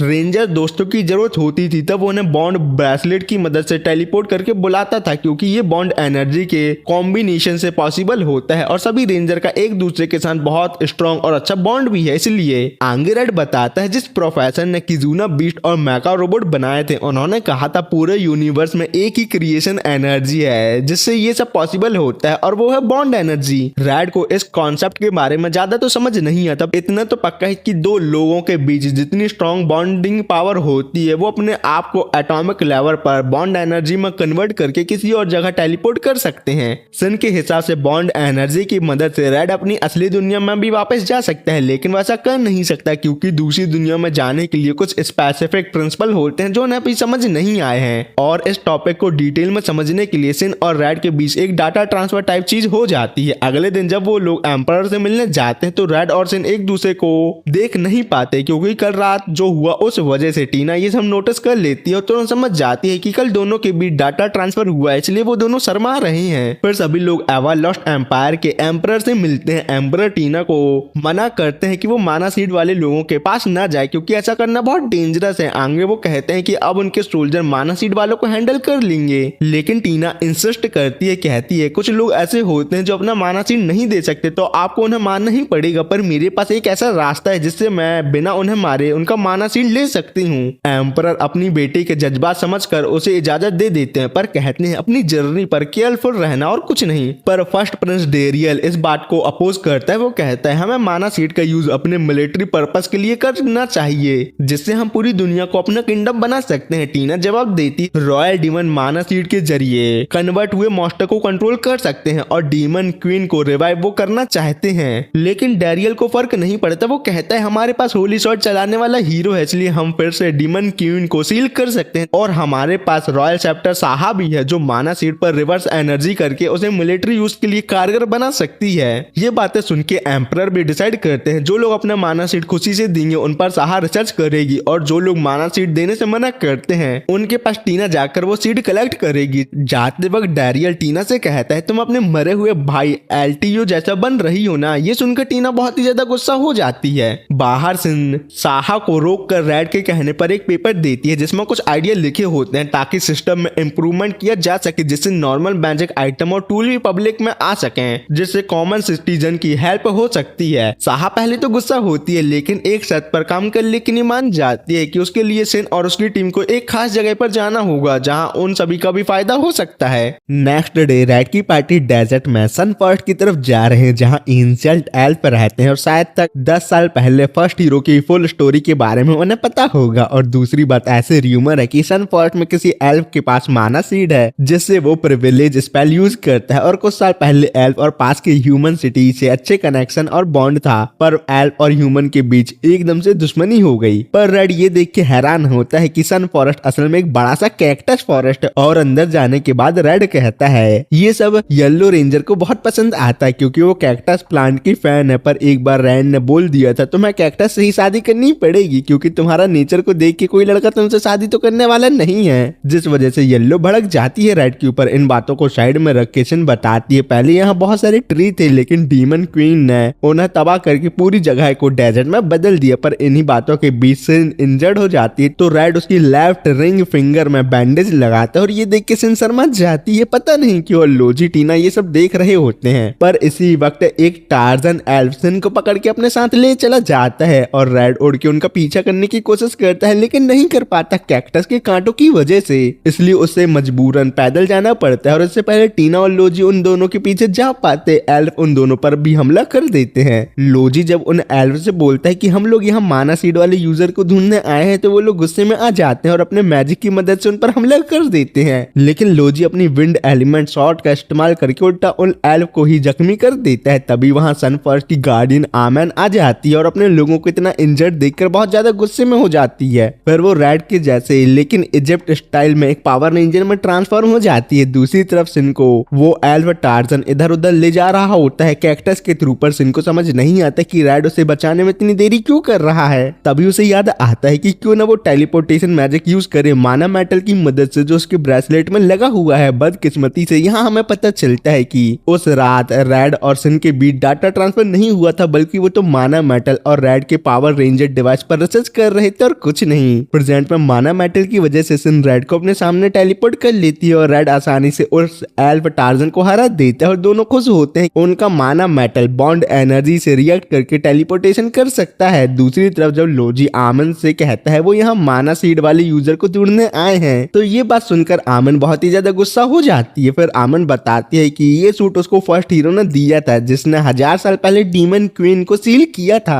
और हजारों सालों से ये सूट पीढ़ी दर पीढ़ी उन लोगों को मिलता आ रहा है जो एल्फ के फॉरेस्ट को प्रोटेक्ट करते हैं। ये सुन के टीना कहती है कि अगर तुम माना सीड यूजर नहीं हो तो हमें लड़ने की जरूरत ही नहीं है, लेकिन आमन ये बात नहीं सुनती क्योंकि लोजी ने एल्फ को जख्मी जो कर दिया होता है और इसी बात पर उसे गुस्सा आया गया होता है, इसलिए वो उन दोनों पर हमला कर देती है। लोजी को लगता है कि आमन रेड से कमजोर है और दूसरी बात उसके पास वो मैका रोबोट भी नहीं है जिससे वो रेड से फर्स्ट टाइम हारा था, इसलिए लोजी सोचता है कि वो आमन को आसानी से हरा सकता है। पर आमन को लोजी की कोई भी बात समझ नहीं आती, लेकिन वो तुरंत अपना फॉर्म चेंज करती है और बहुत सारे फायर बॉल से लोजी पर अटैक कर देती है। लोजी अपनी होली शॉट से फायर बॉल को काट देता है, पर मजबूरन टीना को प्रोटेक्ट करने के लिए उसे वहां से भागना पड़ता है। पर तभी आमन फिर से अपना फॉर्म चेंज करके उनका पीछा करने लगती है, लेकिन जब वो उन्हें पकड़ नहीं पाती तो लोजी और टीना पर मिसाइल से हमला कर देती है। तो बदले में लोजी वाटर एलिमेंट होली शॉट की मदद से अटैक को ब्लॉक कर देता है। इसी तरह दोनों की बहुत ही जोरदार लड़ाई चालू रहती है और जब लड़ाई अंत के करीब आ गई होती है तभी वहां रेड अपना मैका रोबोट समन करके लड़ाई को वहां ही रोक देता है और कहता है कि एल्फ और हम लोगों को लड़ने की जरूरत ही नहीं है क्योंकि हमारा असली दुश्मन पास वाली ह्यूमन सिटी के ह्यूमंस है, क्योंकि वहां ही माना यूजर रहता है, ना कि एल्फ विलेज से कोई माना यूजर है। तो लोजी कहता है मैंने तो फाइट स्टार्ट ही नहीं की थी। तो टीना कहती है पागल, तेरी ही वजह से तो फाइट स्टार्ट हुई थी, अगर तू थोड़ा सब्र रखता तो ये सब नहीं होता। आमन अपने नॉर्मल फॉर्म में आ जाती है। सिन ये देखकर हैरान होती है कि आमन भी रेड की तरह एक पावर रेंजर में ट्रांसफॉर्म हो सकती है। लोजी रेड से पूछता है क्या तुम इसे जानते हो? रेड कहता है ये मेरे 5 रेंजर वाले दोस्तों में से कोई नहीं, इसलिए मैं इसे नहीं जानता, सॉरी। फिर आमन यहाँ अपना असली नाम रिवील करती है जो होता है रानिया। वो रेड को देखकर अपने सभी एल्फ दोस्तों के साथ जमीन पर झुककर माफी मांगने लगती है और उसे प्रोफेसी का रेड वॉरियर कहती है जो उनके विलेज को बचाएगा। रेड को कुछ समझ नहीं आता। थोड़ी देर बाद सब लोग एल्फ विलेज पहुंच जाते हैं जो देखने में बहुत ही ज्यादा खूबसूरत होता है। वहाँ रानिया का नेचर बिल्कुल बदल जाता है और वो बहुत ही शर्मीली हो जाती है। ये देखकर टीना और लोजी हैरान हो जाते हैं और सोचते हैं कि वो लड़की जो हम पर खतरनाक हमले कर रही थी वो इतनी जल्दी कैसे बदल सकती है। तो रानी उन्हें बताती है कि जब मुझे अपने सन फर्स्ट को प्रोटेक्ट करना होता है तो मेरा नेचर चेंज हो जाता है, अगर मैं नेचर चेंज ना करूं तो मैं पावरफुल अटैक नहीं कर सकती। फिर सब लोग एल्फ टेम्पल पर आ जाते हैं जहाँ एक बड़ी सी वॉल पर रेड की तस्वीर बनी होती है और वहाँ एंशिएंट लैंग्वेज में कुछ लिखा भी होता है जो सिन को भी ज्यादा समझ नहीं आता है। तो रानी बताती है कि 1000 साल पहले फर्स्ट हीरो और आमन के साथ एक प्रॉफिट थी जिसने बताया था कि सन फर्स्ट को बचाने के लिए 1000 साल बाद एक रेड वॉरियर आएगा, वो भी दूसरी दुनिया से, और वो रेड वॉरियर हमारा रेड ही है। रेड पूछता मुझे तुम्हें किससे बचाना है? रानिया सोचती है कि शायद माना सीड यूजर से, क्योंकि पास वाले ह्यूमन विलेज कुकजा का जो नया लॉर्ड आजिर है वो माना यूजर है और किसी भी चीज को छू के तुरंत सैंड यानी रेत में बदल सकता है। उसने रानिया को धमकाया था कि अगर वो उसके लिए काम करेगी तो वो सन फर्स्ट को नुकसान नहीं पहुंचाएगा, लेकिन अगर वो नहीं मानी तो आजिर पूरे सन फर्स्ट को तबाह करके सैंड में बदल देगा। टीना को याद आता है कि पास वाले कुकजा टाउन के लोग माना क्रिस्टल माइन करके अपना शहर चलाते थे, लेकिन कुछ साल पहले एक रेबेलियन में उनका लॉर्ड मारा गया था। रानिया कहती है कि उस टाउन लॉर्ड के मरने के बाद उसका बेटा आजिर न्यू लॉर्ड बन गया और तब से ह्यूमन और एल्फ के बीच रिश्ते बिगड़ गए। फिर वो कहती है कि रेड रेंजर तुम्हें हमारी मदद करनी होगी क्योंकि तुम ही सन फर्स्ट को बचा सकते हो, क्योंकि मैं आजिर से लड़ नहीं सकती क्योंकि वो सच में बहुत ही ज्यादा ताकतवर है। रेड फौरन मदद करने के लिए मान जाता है क्योंकि लोगों की मदद करना ही उसका काम है। टीना भी मान जाती है क्योंकि इस मामले में माना सीड यूजर इन्वॉल्व है, तो लोजी को भी ना चाहती हुई भी मदद करने के लिए राजी होना पड़ता है। रेड रानिया से पूछता है कि क्या उसे इस प्रॉफिट के बारे में कुछ मालूम है जिसने 1000 साल पहले प्रोफेसी बताई थी। रानिया कहती है कि प्रॉफिट हीरो पार्टी के साथ दुनिया को बचाने का काम करती थी। इसके बारे में सबसे पुराने एल्डर को पता है, लेकिन वो भी बहुत गहरी नींद में सो रहे हैं और सालों तक नहीं जागने वाले। सिन को समझ नहीं आता कि रेड को दूसरी दुनिया से आए हीरो के बारे में पूछना चाहिए, तो वो प्रॉफिट के बारे में क्यों पूछ रहा है। रेड कहता है कि शायद उस प्रॉफिट का मुझसे कोई लेना देना हो सकता है इसलिए। पर इन सब बातों से दूर सन फॉरेस्ट की दूसरी तरफ हम आजर को देखते हैं जो अपने लोगों के साथ सन फॉरेस्ट पर हमला करने आ गया होता है। सन फॉरेस्ट के एल्फ टीना, सिन और लोजी को कुछ देर बाद बताते हैं कि वो लोग एनग्रेविंग स्पेल का इस्तेमाल करके अलग अलग तरीके का मैजिक यूज करते हैं। वो बड़े बड़े बोल्डर को ब्लास्ट करते हैं, विंड मैजिक को एनग्रेव करके कैक्टस प्लांट के कांटों से एरो फायर करते हैं। ये सब सुनकर सिन बहुत ज्यादा एक्साइटेड हो जाती है और नए नए मैजिक के बारे में सीखने को बेकरार हो जाती है। इस दौरान रेड रानिया के पास आता और कहता है, अरे यार तुम तो बहुत अकेली सी लगती हो, बाकी लोगों के साथ जाके बातें क्यों नहीं करती। रानिया शर्मीली सी आवाज में जवाब देती है, पहली बात मैं इस फॉरेस्ट की गार्डियन हूँ और दूसरी बात मेरा भी एक वक्त बहुत अच्छा दोस्त था, बिल्कुल तुम्हारे दोस्त जैसे। रेड को तुरंत समझ आ जाता है कि वो दोस्त आजर ही था, क्योंकि आजर का जिक्र आते ही रानिया बहुत उदास हो जाती है जबकि बाकी एल्फ उस पर गुस्सा करते हैं। रानिया फिर बताती है कि जब उसके फादर उसे बिजनेस के सिलसिले में कूकजा टाउन ले जाया करते थे तब उसकी आजर से दोस्ती हुई थी। वो दोनों एक ही उम्र के थे और फ्यूचर में अपने अपने इलाकों के लीडर बनने वाले थे, लेकिन पता नहीं क्यों बड़े होने के बाद आजर कैसे बदल गया और आखिरकार सन फॉरेस्ट का दुश्मन बन गया। इसलिए चाहे रानिया ना भी चाहे, गार्डियन आमन होने की वजह से उसे आजर से लड़ना पड़ेगा अपने सन फॉरेस्ट और उसके लोगों को बचाने के लिए। रेड उसे मुस्कुराते हुए कहता है, जब हम आजर को हरा देंगे तो तुम लोग दोबारा दोस्त बन जाना। रानिया को समझ नहीं आता कि रेड क्या बकवास कर रहा है, तो रेड उसे समझाता है कि उसका भी एक दोस्त था जो उसके भाई की तरह था। उन दोनों की बहुत बुरी लड़ाई हुई थी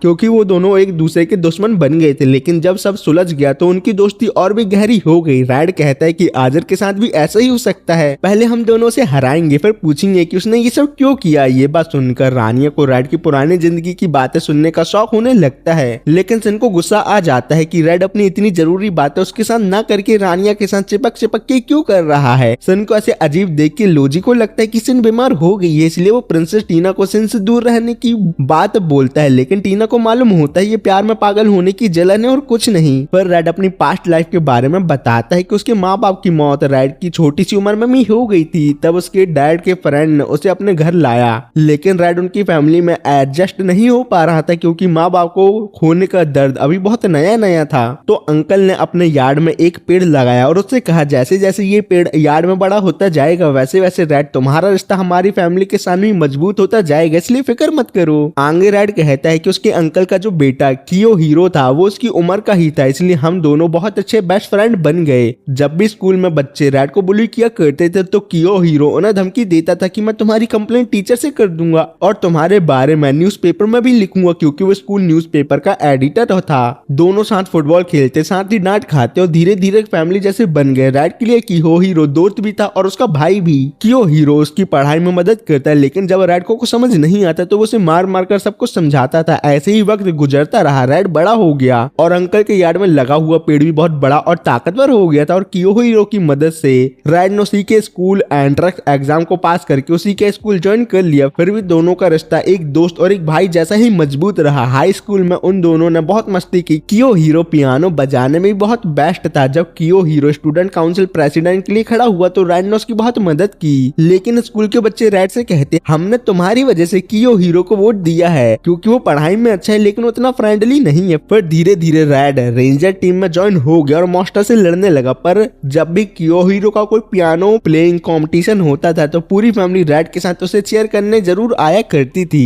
रेड रेंजर बनने के बाद ब्रेकअप किंग के बहुत सारे मास्टर से अपने रेंजर दोस्तों के साथ लड़ता था, इसी वजह से वो बहुत थका हुआ घर आने लगा और एक दिन तो घर आते ही बेहोश हो गया। पूरी फैमिली रेड के लिए बहुत परेशान हो गई, लेकिन होश में आते ही रेड ने सबसे पहले कियो हीरो के बारे में पूछा कि उसका पियानो कंपटीशन कैसा गया, पर फैमिली ने उसे आराम करने को कहा। पर जब वो एक दिन ऐसे ही यार्ड में आके देखता है कि छोटे में लगाया गया उनके पेड़ पूरी तरह से मुरझाया और मर चुका सा हो गया है। फिर कुछ दिन बाद सिटी में बॉन्ड क्लेयर नाम का एक बहुत ही नया मॉन्स्टर आया जो लोगों के दिल के सच्चे इमोशन जबरदस्ती बाहर निकाल देता था। इसी वजह से शहर में लोग एक दूसरे से लड़ने लगे थे। ये देखकर रेड फौरन बॉन्ड किलर से लड़ने निकल पड़ा। बॉन्ड किलर ने अपने बहुत सारे सोल्जर बुला लिए तो रेड ने भी अपने रेंजर दोस्तों को बुलाया। बाकी रेंजर सोल्जर से लड़ रहे थे जबकि रेड को सीधा बॉन्ड किलर से टकरा रहा था। लड़ाई के दौरान बॉन्ड किलर ने रेड से कहा, मैं तुम्हारा बहुत पुराना दोस्त हूँ। फाइट के बाद रेड एक पार्क में अकेला बैठकर सोच रहा था कि बॉन्ड किलर आखिर है कौन। तभी वहां की हीरो आता है और रेड को इंजर्ड देखकर उसकी मदद करता है, लेकिन उसी वक्त रिवील होता है कि जिससे रेड ने अभी लड़ाई की थी वो बॉन्ड किलर और कोई नहीं कियो हीरो ही था। रेड को यकीन नहीं होता कि कियो हीरो बॉन्ड किलर कैसे बन गया था। ब्रेकअप किंग का एक साइंटिस्ट आता है और बताता है कि कियो हीरो ने ब्रेकअप किंग बेल्ट का इस्तेमाल किया था जिससे वो बॉन्ड किलर में ट्रांसफॉर्म हो गया और यही उसका ट्रू नेचर है, यानी लोगों के इमोशन को उकसाकर उन्हें तोड़ देना।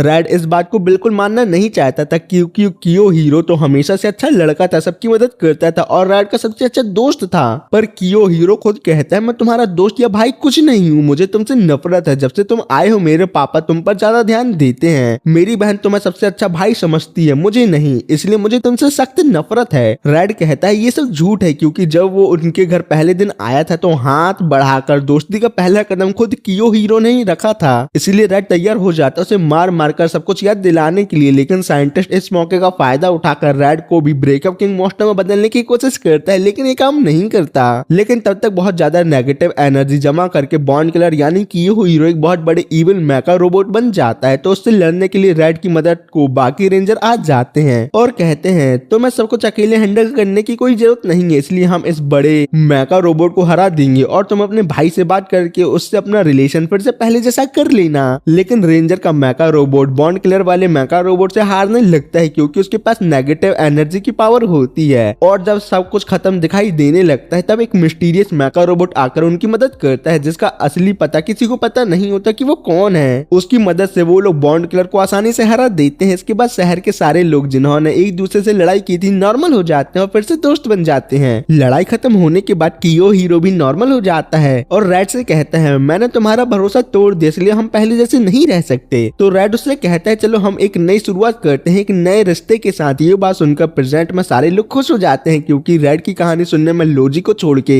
सभी को बहुत ही ज्यादा मजा और इंटरेस्ट आ रहा था। लेकिन रेड एक और बात रिवील करता है कि इस सब के बाद भी कियो हीरो पूरे 13 बाद बॉन्ड किलर में ट्रांसफॉर्म हुआ था और उस पर हमला करता रहा था, लेकिन बाद में जाके वो पूरी तरह से नॉर्मल हो गया था और कुछ नहीं। पर इन्हीं बातों के दरमियान अचानक से एक माना यूजर जो आजर के साथ होता है वो सेंटीना और बाकी सारे एल्फ को अपनी प्रिविलेज स्पेल की मदद से कार्ड के अंदर बंद कर देता है। ये देखकर लोजी फौरन पर हमला कर देता है तो वो कार्ड का इस्तेमाल करने वाला माना यूजर कहता है क्या तुम पागल हो गए हो, अगर तुम अटैक करोगे तो तुम्हारे अपने लोग भी जख्मी हो सकते हैं। लोजी सामने से कहता है सीधी सी बात है, अगर मैं माना यूजर को ही खत्म कर दूंगा तो उसकी प्रिविलेज स्पेल अपने आप ऑटोमेटिकली बंद हो जाएगी और सब लोग जिसमें उसकी प्रिंसेस टीना भी शामिल है बाहर आ जाएंगे। पर इतना कहने के बाद ही कार्ड वाला माना यूजर लोजी को भी कार्ड के अंदर सील्ड कर देता है और कुछ नहीं। इसके बाद वहाँ आजर आता है जिसको देखकर रानिया कहती है तुमने मुझसे कहा था कि तुम ऐसी दुनिया बनाना चाहते हो जहाँ ह्यूमन और डेमी ह्यूमन साथ मिलकर रह सकते हैं। आजर कहता है मैं अभी भी वो गोल पूरा करना चाहता हूँ, लेकिन गोल को पूरा करने के लिए मुझे बहुत ज्यादा पावर की जरूरत है, इसलिए मैं तुमसे फिर से कह रहा हूँ मेरे नीचे काम करना शुरू कर दो। लेकिन रेड कहता है जो इंसान ये सोचता है कि वो जबरदस्ती किसी को एक साथ रहने पर मजबूर कर सकता है वो बहुत बड़ा गधा है। फिर वो दोनों अपने आप को पावर रेंजर में बदल लेते हैं और आजर से लड़ने के लिए तैयार हो जाते हैं। आजर कहता है मुझे यहाँ नहीं लड़ना, तुम दूर एक रूइंस है वहाँ आकर मुझसे फाइट करना, और वहाँ से चला जाता है। ये सुनकर जल्दी पहुँचने के लिए रानिया डर्ट बाइक निकालती है और रेड को साथ लेकर रूइंस की तरफ निकल पड़ती है। रूइंस के पास उन्हें एक और एनिमल माना यूजर मिलता है जिसका काम सिर्फ रानिया को अंदर जाने देना होता है, रेड को नहीं। लेकिन रानिया और रेड मिलकर उस माना यूजर को बहुत आसानी से हरा देते हैं। थोड़े आगे जाने के बाद उन्हें कार्ड वाला माना यूजर मिलता है जो रेड को अंदर जाने से रोकता और धमकी देता है कि अगर उन्होंने कोई चालाकी की तो वो कार्ड में फंसे उनके दोस्त को हर्ट करेगा और प्रिंसेस टीना के साथ अजीब हरकतें करना चालू कर देता है। वो रेड को भी अपने ट्रैप मैजिक से पकड़ लेता है, लेकिन तभी वहां से अपना कमाल दिखाती है और कार्ड को ब्लास्ट करके कार्ड माना यूजर को इंजर्ड और बेहोश करके कार्ड से बाहर आ जाती है क्योंकि जब वो सील हो रही थी तब उसने ब्लास्ट होने वाला एनग्रेविंग स्पेल कार्ड के बाहर लगा दिया था और रेड के साथ ज्यादा वक्त गुजारने की वजह से अब उसे आग और ब्लास्ट से ज्यादा फर्क नहीं पड़ता। लोजी और टीना सिन को थैंक्स बोलते हैं उनको बाहर निकालने के लिए, लेकिन टीना इतनी गुस्सा हो जाती है कि वो अपने प्रिविलेज स्पेल से अपना माना बीस्ट समन करती है और उससे कहती है सबसे पहले तुम कार्ड वाला माना यूजर को चबा चबा के अच्छे से उससे माना सीड लेना, समझ गए ना। फिर हम अंदर आजर को देखते हैं जहाँ उसका बटलर वेडान कहता है मैंने जो के लिए 2 आदमी काम करने के लिए बुलाए थे, वो बहुत जल्दी हारे गए। तो आजर कहता है कोई बात नहीं, उन्होंने अपना काम बखूबी निभाया और रानियों को सन फॉरेस्ट से दूर लेके आए इस रुइंस पर, और यहाँ मैं फुल पावर से फाइट कर सकता हूँ बिना सन फॉरेस्ट को हार्म और डिस्ट्रॉय किए। विडान को समझ नहीं आता कि आजर अभी भी एक अजीब से कैक्टस फॉरेस्ट और कुछ एल्फ को बचाने के लिए इतना बेचैन क्यों है, जबकि उसे ही सब लोगों को कंट्रोल करना है। लेकिन वो सब बातें अपने मास्टर पर छोड़कर वहां से चला जाता है। आजर के जाते ही वहां रानी और रेड डर्ट बाइक पर आते हैं। आजर अपना सैंड गोलम की मदद से उनकी डर्ट बाइक को सैंड में बदल देता है और फौरन सैंड को कंट्रोल करके रानी और रेड को छोड़कर बाकी तीनों को सैंड के अंदर ही कहीं दूर भेज देता है। रेड उन्हें बचाने की बहुत कोशिश करता है लेकिन नहीं बचा पाता। अफसोस की बात होती है ये। जब वो आजर से पूछता है कि उसने उनके दोस्तों के साथ क्या किया, तो आजर सीधा कहता है मैं सिर्फ लोगों को सैंड में नहीं बदलता बल्कि अपनी मर्जी से सैंड को भी कंट्रोल कर सकता हूँ। ये सुनकर रेड को बहुत गुस्सा आ जाता है, लेकिन अगर वो गोलम को टच करता है तो वो भी सैंड में बदल जाएगा, इसलिए वो बैंडेज का यूज करता है गोलम पर और अपना फायर पंच फिर से गोलम पर मार के उसे डिस्ट्रॉय कर देता है। लेकिन आजर उसे बहुत ही जल्दी सैंड की मदद से फिर से रिक्रिएट कर देता है। रानिया भी बहुत फास्ट अटैक करती है क्योंकि मानव यूजर बनने के बाद भी आजर एक नॉर्मल ह्यूमन ही है, लेकिन इसका भी कोई फायदा नहीं होता। तब रेड को समझ में आता है कि आजर सिर्फ नॉन लिविंग चीज को ही सैंड में बदल सकता है, लिविंग चीज को नहीं। लेकिन उसे ये समझ नहीं आता कि आजर ने उनके डिवाइस को सैंड में क्यों नहीं बदला। तो आजर जवाब देता है मैं ऐसा क्यों करूं, तुम लोग दूसरी दुनिया से आए हो, अब मेरे पास दूसरी दुनिया के 2 डिवाइस हैं जिनकी मदद से मैं और भी पावरफुल बन सकता हूँ, सिंपल। फिर आजर अपने टाइम स्टॉप मैजिक का यूज करके रेड और रानिया को ही रोक कर उन्हें अपने सैंड गोलम से पिटवाता है। जहाँ रेड उससे कहता है अगर तुम ज्यादा माना सीड का यूज करोगे तो तुम भी उसके जरिए एक बड़े मॉन्स्टर में बदल जाओगे। हारने के बाद रेड की इन बातों को सुनकर आजर को गुस्सा आ जाता है और वो रेड को भी सैंड की मदद से नीचे भेज देता है जहाँ लोजी सिंटीना मम्मी से लड़ रहे होते हैं। रेड वहाँ आकर उनकी मदद करने में लग जाता है। ऊपर रानिया आजर से कहती है कि उसे ये सब फौरन रोक देना चाहिए, नहीं तो वो भी एक बड़े मॉन्स्टर में ट्रांसफॉर्म हो जाएगा जैसा रेड कह रहा था। पर यहाँ से कहानी 12 साल पहले जाती है। जब आजर छोटा था तब वो पहली बार रानिया से मिला था। रानिया हमेशा मास्क पहन के रखती थी और उससे बात नहीं करती थी, तो आजर को लगा कि शायद उसने कोई गलती कर दी होगी, इसलिए वो उससे माफी मांगता और सोचता है कि रानिया देखने में छोटी लगती है, लेकिन क्योंकि एल्फ बहुत लंबी उम्र जीते हैं तो वो असल में ज्यादा उम्र की होगी ना कि उसकी उम्र की, इसलिए वो उससे बात नहीं करना चाहती। तब रानिया रिवील करती है कि जब से डीमन क्वीन ने एल्फ के सीक्रेट ट्री को डिस्ट्रॉय किया है, इसलिए अब एल्फ ह्यूमन से सिर्फ कुछ साल ज्यादा ही जीते हैं, ना कि हजारों साल तक। ये कहकर वो वहां से चली जाती है। जब आजर अपने घर जाने लगते हैं तो उसे एक मास्क मिलता है। वो उसका पीछा करके एक कैक्टस पर चढ़ जाता है जहां उसे रानिया सोती हुई मिलती है और उसके पास मास्क पड़े होते हैं। आजर उन मास्क को उठाकर नीचे आ जाता है। जब रानिया को अपने मास्क नहीं मिलते तो वो नीचे आती है और शर्मीले अंदाज में आजर से मास्क मांगती है, क्योंकि मास्क पहनने से ही वो एक वॉरियर जैसा एटीट्यूड ला सकती है जो एक गार्डियन के लिए जरूरी होता है ताकि वो अपने लोगों को प्रोटेक्ट कर सके। लेकिन जैसे ही आजर उसे मास्क देता है वो फिर से गुस्सा हो जाती है, इसलिए आजर सारे मास्क वापस ले लेता है और कहता है मुझे दोस्ती करनी है इस शर्मीली रानिया से, क्योंकि ये तुम्हारी ट्रू पर्सनैलिटी है, मास्क वाली रानिया से नहीं।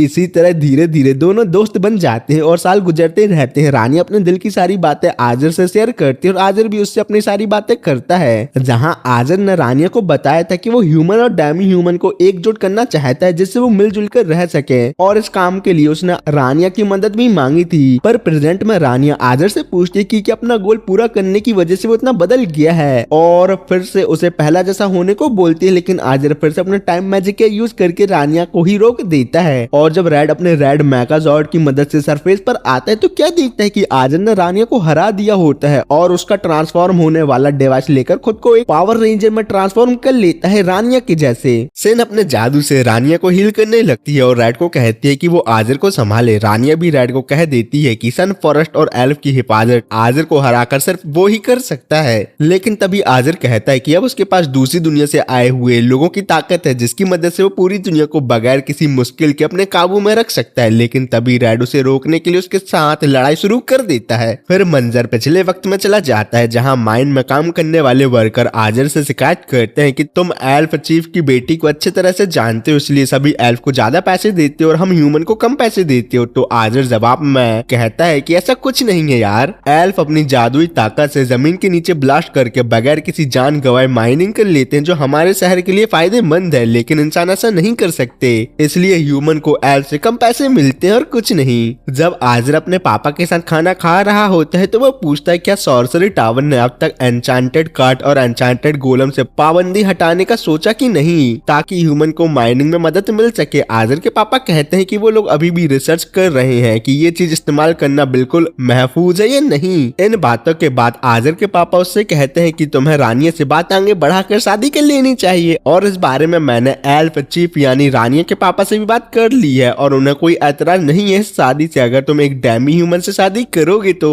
शायद इस दुनिया में ह्यूमन और डैमी ह्यूमन के बीच के रिश्ते में कुछ बेहतरी आ सकती है। आजर भी सोचता है कि वो और रानिया एक दूसरे से मोहब्बत करते हैं और वो इंसान और डैमी ह्यूमन के दरमियान अमल लाना चाहता है ताकि सब लोग मिलजुल कर रह सकें। लेकिन तभी कुकजा टाउन के लोग गुस्से में आते हैं और पैसे कम मिलने की वजह से लॉर्ड से मिलना चाहते हैं। लॉर्ड आजर को हिफाजत के लिए वहां से दूर भेज देते हैं, पर तभी एक आदमी गुस्से में पुराने लॉर्ड का कत्ल कर देता है। पुराने लॉर्ड के मरने के बाद आजर नया लॉर्ड बन जाता है, लेकिन लोगों में बात फैल जाती है कि एल्फ का साथ देने की वजह से पहले वाले लॉर्ड मारे गए और अगर नया लॉर्ड भी एल्फ का साथ ही देगा तो सब तबाह हो जाएगा। लॉर्ड के मरने की खबर सुनकर रानिया ने आजर को एक खत भेजकर हमेशा की तरह मदद की पेशकश की थी, लेकिन आजर को समझ आ जाता है कि सबको एकजुट रखने के लिए उसे ऐसी ताकत चाहिए होगी जिससे लोग उसकी बात मानने पर मजबूर हो जाएं। इसी वक्त विडान आता है और आजर का माइंड कंट्रोल करके उसे माना सीट देता है जिससे वो अपना ख्वाब पूरा कर सकता है। ताकत मिलने के बाद आजर फैसला कर लेता है कि जो भी उसके मकसद के रास्ते में आएगा, चाहे वो दूसरी दुनिया का कोई हीरो या होली स्वॉर्ड वील्ड करने वाला कोई शख्स, वो उसे मिटा देगा। प्रेजेंट में रेड और आजर की पावर रेंजर जैसी लड़ाई चल रही होती है, जहां उनके हमलों के नाम सुनकर ईसन के कानों में दर्द होने लगता है। रेड आजर से कहता है कि इतना सब होने के बावजूद भी रानिया तुम्हें अपना समझती है, तो तुम पहले जैसे जिंदगी में वापस क्यों नहीं आ जाते। आजर कहता है मैंने कभी रानिया को दुख पहुंचाने का नहीं सोचा, लेकिन अपना मकसद पूरा करने के लिए मुझे ये सब करना पड़ेगा। रेड समझ जाता है कि आजर उन लोगों में से है जो बात से नहीं सिर्फ लातों से मानते हैं। तभी आजर आमिन की ताकत के साथ अपना माना सीट की ताकत भी जोड़कर एक बड़ा गोलम समन करता है। ये देख के रेड की मदद करने के लिए लोजी आ जाता है, जिसका काम गोलम को रोकना होता है ताकि रेड निश्चित होकर आजर से लड़ सके।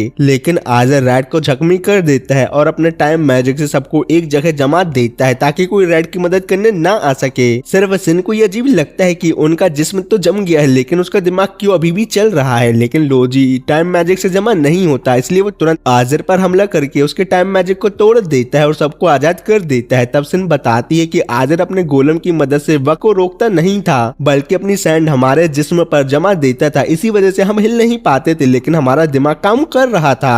मगर लोजी की होली स्वॉर्ड मानव को एब्जॉर्ब कर लेती है, इसलिए आजर की सैंड उस पर असर नहीं कर सकी। आजर सोचता है कि उसने एक ऐसे हीरो को भी अपना दुश्मन बना लिया है जो होली स्वॉर्ड रखता है और उसके टाइम मैजिक का मुकाबला भी कर सकता है। इसके बाद रेड और आजर की लड़ाई फिर से शुरू हो जाती है, जहां रेड आजर को समझाता है कि अगर वो अपनी परेशानी रानियों को बता देता तो वो हर तरह से उसकी मदद करती और उसे माना सीट जैसे बुरी जरिए से अपने आप को ताकतवर बनाने की जरूरत ही नहीं पड़ती। इधर दूसरी तरफ सब मिलकर आजर के सैंड गोलम को संभाल रहे होते हैं। रेड की बातें आजर को समझ आने ही लगती हैं कि तभी माना सीड आजर के दिमाग को अपने काबू में करके उसे अपना मकसद पूरा करने के लिए मजबूर करने लगता है। पर रेड तुरंत अपना विक्ट्री मेगा बस्टर समन करता है। ये देखकर लोजी सोच में पड़ जाता है कि रेड के पास और कितनी अजीब चीजें होंगी, मगर सेन सबको हिदायत देती है कि एक दूसरे पर ध्यान दो, जिसके बाद सभी की मिली जुली मदद से रेड आजर और उसके सैंड गोलम को साथ में हरा देता है। लेकिन हारने के बाद आजर एक सैंड स्टॉर्म मॉन्स्टर में बदल जाता है और सन फॉरेस्ट की तरफ निकल पड़ता है उसे तबाह करने के लिए। तब रानिया रेड से कहती है कि सन फॉरेस्ट के साथ आजर को भी बचा लेना, क्योंकि मॉन्स्टर बनने से पहले रानिया ने देखा था कि आजर उससे मदद मांग रहा था। रेड भी मदद करने के लिए तैयार हो जाता है, लेकिन इस बार उसे रानिया की मदद भी चाहिए होती है और रानिया इसके लिए राजी है। अब रानियों को मिलाकर रेड के पास 5 मेंबर हो गए हैं, इसलिए वो मेगा रोबोट को पूरी ताकत से इस्तेमाल करके सबको बचाने के लिए तैयार हो जाता है। लेकिन तभी सीन रेड के पिछले वक्त में चला जाता है, जहां हमें पता चलता है कि 5 पावर रेंजर टीम में लोगों को कैसे और क्यों चुना गया था। ब्लू जो टीम का लीडर है बचपन से ही रिच फैमिली से आता था और उसने अपने बलबूते पर कई कंपनियां खड़ी की थी। बचपन में वो टीवी एड में भी दिखता था, लेकिन 14 साल पहले येलो को छोड़कर बाकी सब उस वक्त बहुत छोटे थे, इसलिए किसी ने उसका एड नहीं देखा। हालांकि येलो इस बात को मानने को तैयार नहीं होते कि उसकी उम्र सभी में सबसे ज्यादा है। ब्लू ने बॉन्ड एनर्जी पर रिसर्च करने वाले प्रोफेसर के साथ मिलकर टोटल 5 पावर रेंजर डिवाइस बनाए थे, जिससे सिर्फ वही लोग चला सकते हैं जिनके अंदर बिग बॉन्ड एनर्जी होती है, और ये एनर्जी किसी के पास होना बहुत ही रेयर बात है, इसलिए अब तक सिर्फ 5 रेंजर डिवाइस ही बन पाए। इन सबको बनाने में ब्लू ने प्रोफेसर का साथ दिया और खुद भी बहुत पैसे लगाए। पहला डिवाइस बनाने के बाद दुनिया दुनिया पर रिलेशनशिप एंडल लोगों ने हमला कर दिया था ताकि इस दुनिया के लोगों की बॉन्ड एनर्जी चुरा सके। तब ब्लू सबसे पहला रेंजर बना और प्रोफेसर के साथ मिलकर बाकी 5 रेंजर को ढूंढने में लगा ताकि वो ब्रेकअप किंग और उसके लोगों से लड़कर दुनिया को बचा सके। ब्लू के बाद येलो आई जो एक वक्त में टोक्यो रेवेंजर्स जैसे बड़ी गैंग की लीडर थी लेकिन अब प्रेजेंट में एक स्कूल टीचर है। उसके बाद ग्रीन चुना गया जो एक एक्स मिलिट्री सोल्जर था और बाकी की कहानी हमें आगे पता चलेगी।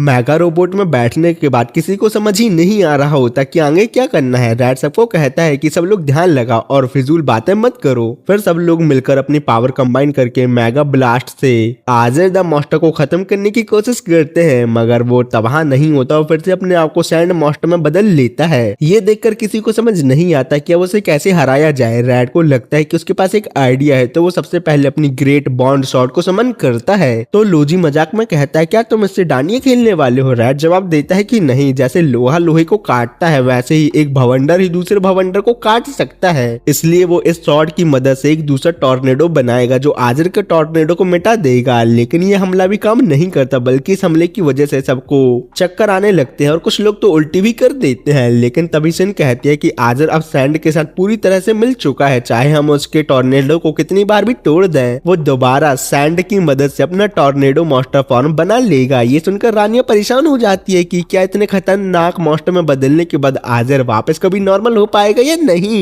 रेड कहता है इसका सीधा जवाब है हमें आजर को सैंड से अलग करना होगा। ये सुनकर सिन को एक आइडिया आता है कि बॉन्ड एनर्जी में बहुत बड़ा हथियार बन सकती है क्योंकि पूरे कायनात में सबसे ज्यादा ताकतवर चीज बॉन्ड एनर्जी ही होती है। जैसा रेड को उसकी दुनिया के प्रोफेसर ने बताया है अगर हम किसी तरह आजर को सैंड से अलग करके बॉन्ड एनर्जी की ताकत से उसे फिर से रिकंस्ट्रक्ट कर दे तो हम आसानी से आजर को भी बचा सकते हैं और सन फॉरेस्ट को भी। और इस काम को करने में रेड का मैजिक और माना मेटल स्टोन वाला टेलीपोर्टेशन जादू बहुत काम आ सकता है मगर इस वक्त उन्हें बहुत ही ज्यादा बॉन्ड एनर्जी चाहिए होगी और उन्हें ऐसा शख्स की जरूरत भी है जिसका बॉन्ड आजर के साथ सबसे गहरा हो जो सिर्फ रानिया ही रख सकती है। ये सब बातें सुन के रानिया भी इसमें मदद करने के लिए राजी हो जाती है क्योंकि जब पहले आजर को उसकी मदद की जरूरत थी तब वो उसके पास नहीं थी, इसलिए अब वो हर हाल में उसे बचाना चाहती है। तय किया जाता है कि रानिया आजर को सब कुछ याद दिलाएगी और दूसरी तरफ से अपने जादू से आजर को सैंड से अलग करने की कोशिश करेगी। सब कुछ ठीक चल ही रहा होता है लेकिन तभी सिन को एहसास होता है कि आजर सैंड की मदद से अपने आप को बहुत ज्यादा बड़ा बना रहा है, इतना बड़ा कि उसकी अकेली ताकत आजर को सैंड से अलग नहीं कर सकती। तब रेड कहता है हम सब तुम्हारी मदद करेंगे क्योंकि मुझे तुम्हारे ऊपर अपने आप से भी कई ज्यादा भरोसा है। ये सुनकर सिन बहुत ज्यादा खुश हो जाती है और कहती है कि मैं अपने प्यार के लिए कुछ भी करने को तैयार हूँ। इन्हीं बातों के दरमियान रेड की बिग बॉन्ड सोल सिन की बॉन्ड एनर्जी के साथ रिएक्ट करने लगती है और ये बात रेड से सुनकर सिन थोड़ी डिस्ट्रैक्ट हो जाती है मगर इसी रिएक्शन की मदद से रेड एक नया हथियार क्रिएट करता है जो बॉन्ड एनर्जी को माना में बदल कर मैजिक में यूज कर सकता है और मेगा रोबोट के पास एक नया वेपन आ जाता है जिसके आते ही पूरा मेगा रोबोट एक गोल्डन मेगा रोबोट में तब्दील हो जाता है जो बहुत ही ज्यादा ताकतवर होता है। गोल्डन मेगा रोबोट में तब्दील होने के बाद सिन के पास इतनी ज्यादा ताकत आ जाती है कि वो रानिया की मदद से रीबिल्ड मैजिक का इस्तेमाल करते हुए बहुत आसानी से आजर को दोबारा जोड़कर नॉर्मल हालत में ले आती है। रेड को लगता है कि अब सब कुछ शांत हो चुका है लेकिन टीना कहती है कि अभी ये कम बाकी है। वो अपनी प्रिविलेज स्पेल का इस्तेमाल करके अपना माना बीस्ट बुलाती है और उससे कहती है आजर के माना सीट को एब्जॉर्ब कर लो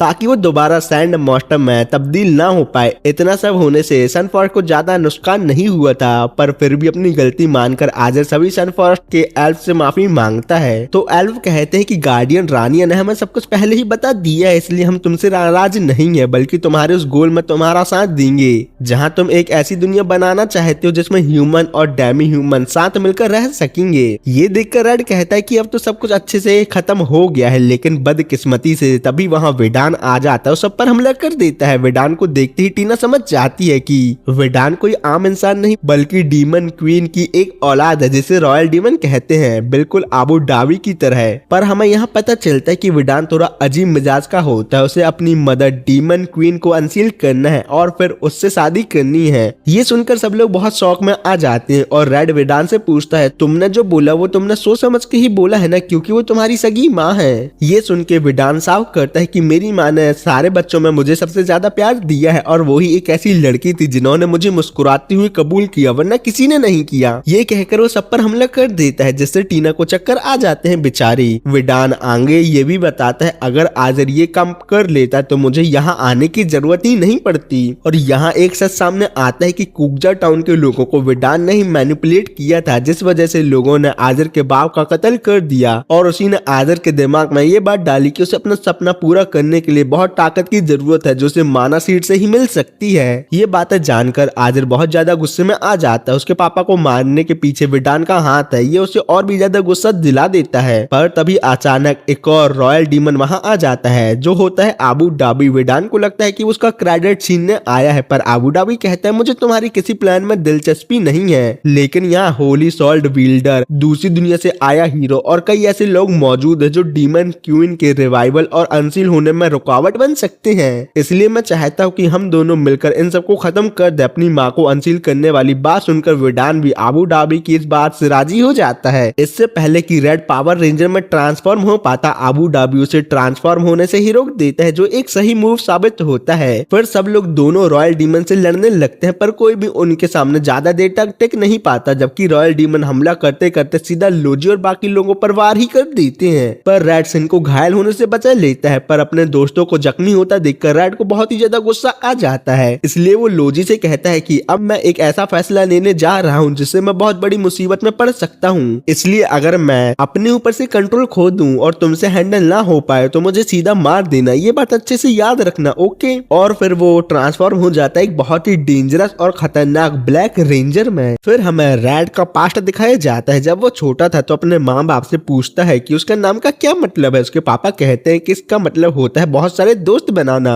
लेकिन कुछ ही वक्त बाद ही उनका कार एक्सीडेंट हो जाता है और उन दोनों की मौत हो जाती है और रेड अकेला रह जाता है, जहाँ उसके रिश्तेदार कहते हैं कि हम इस बच्चे को नहीं पाल सकते।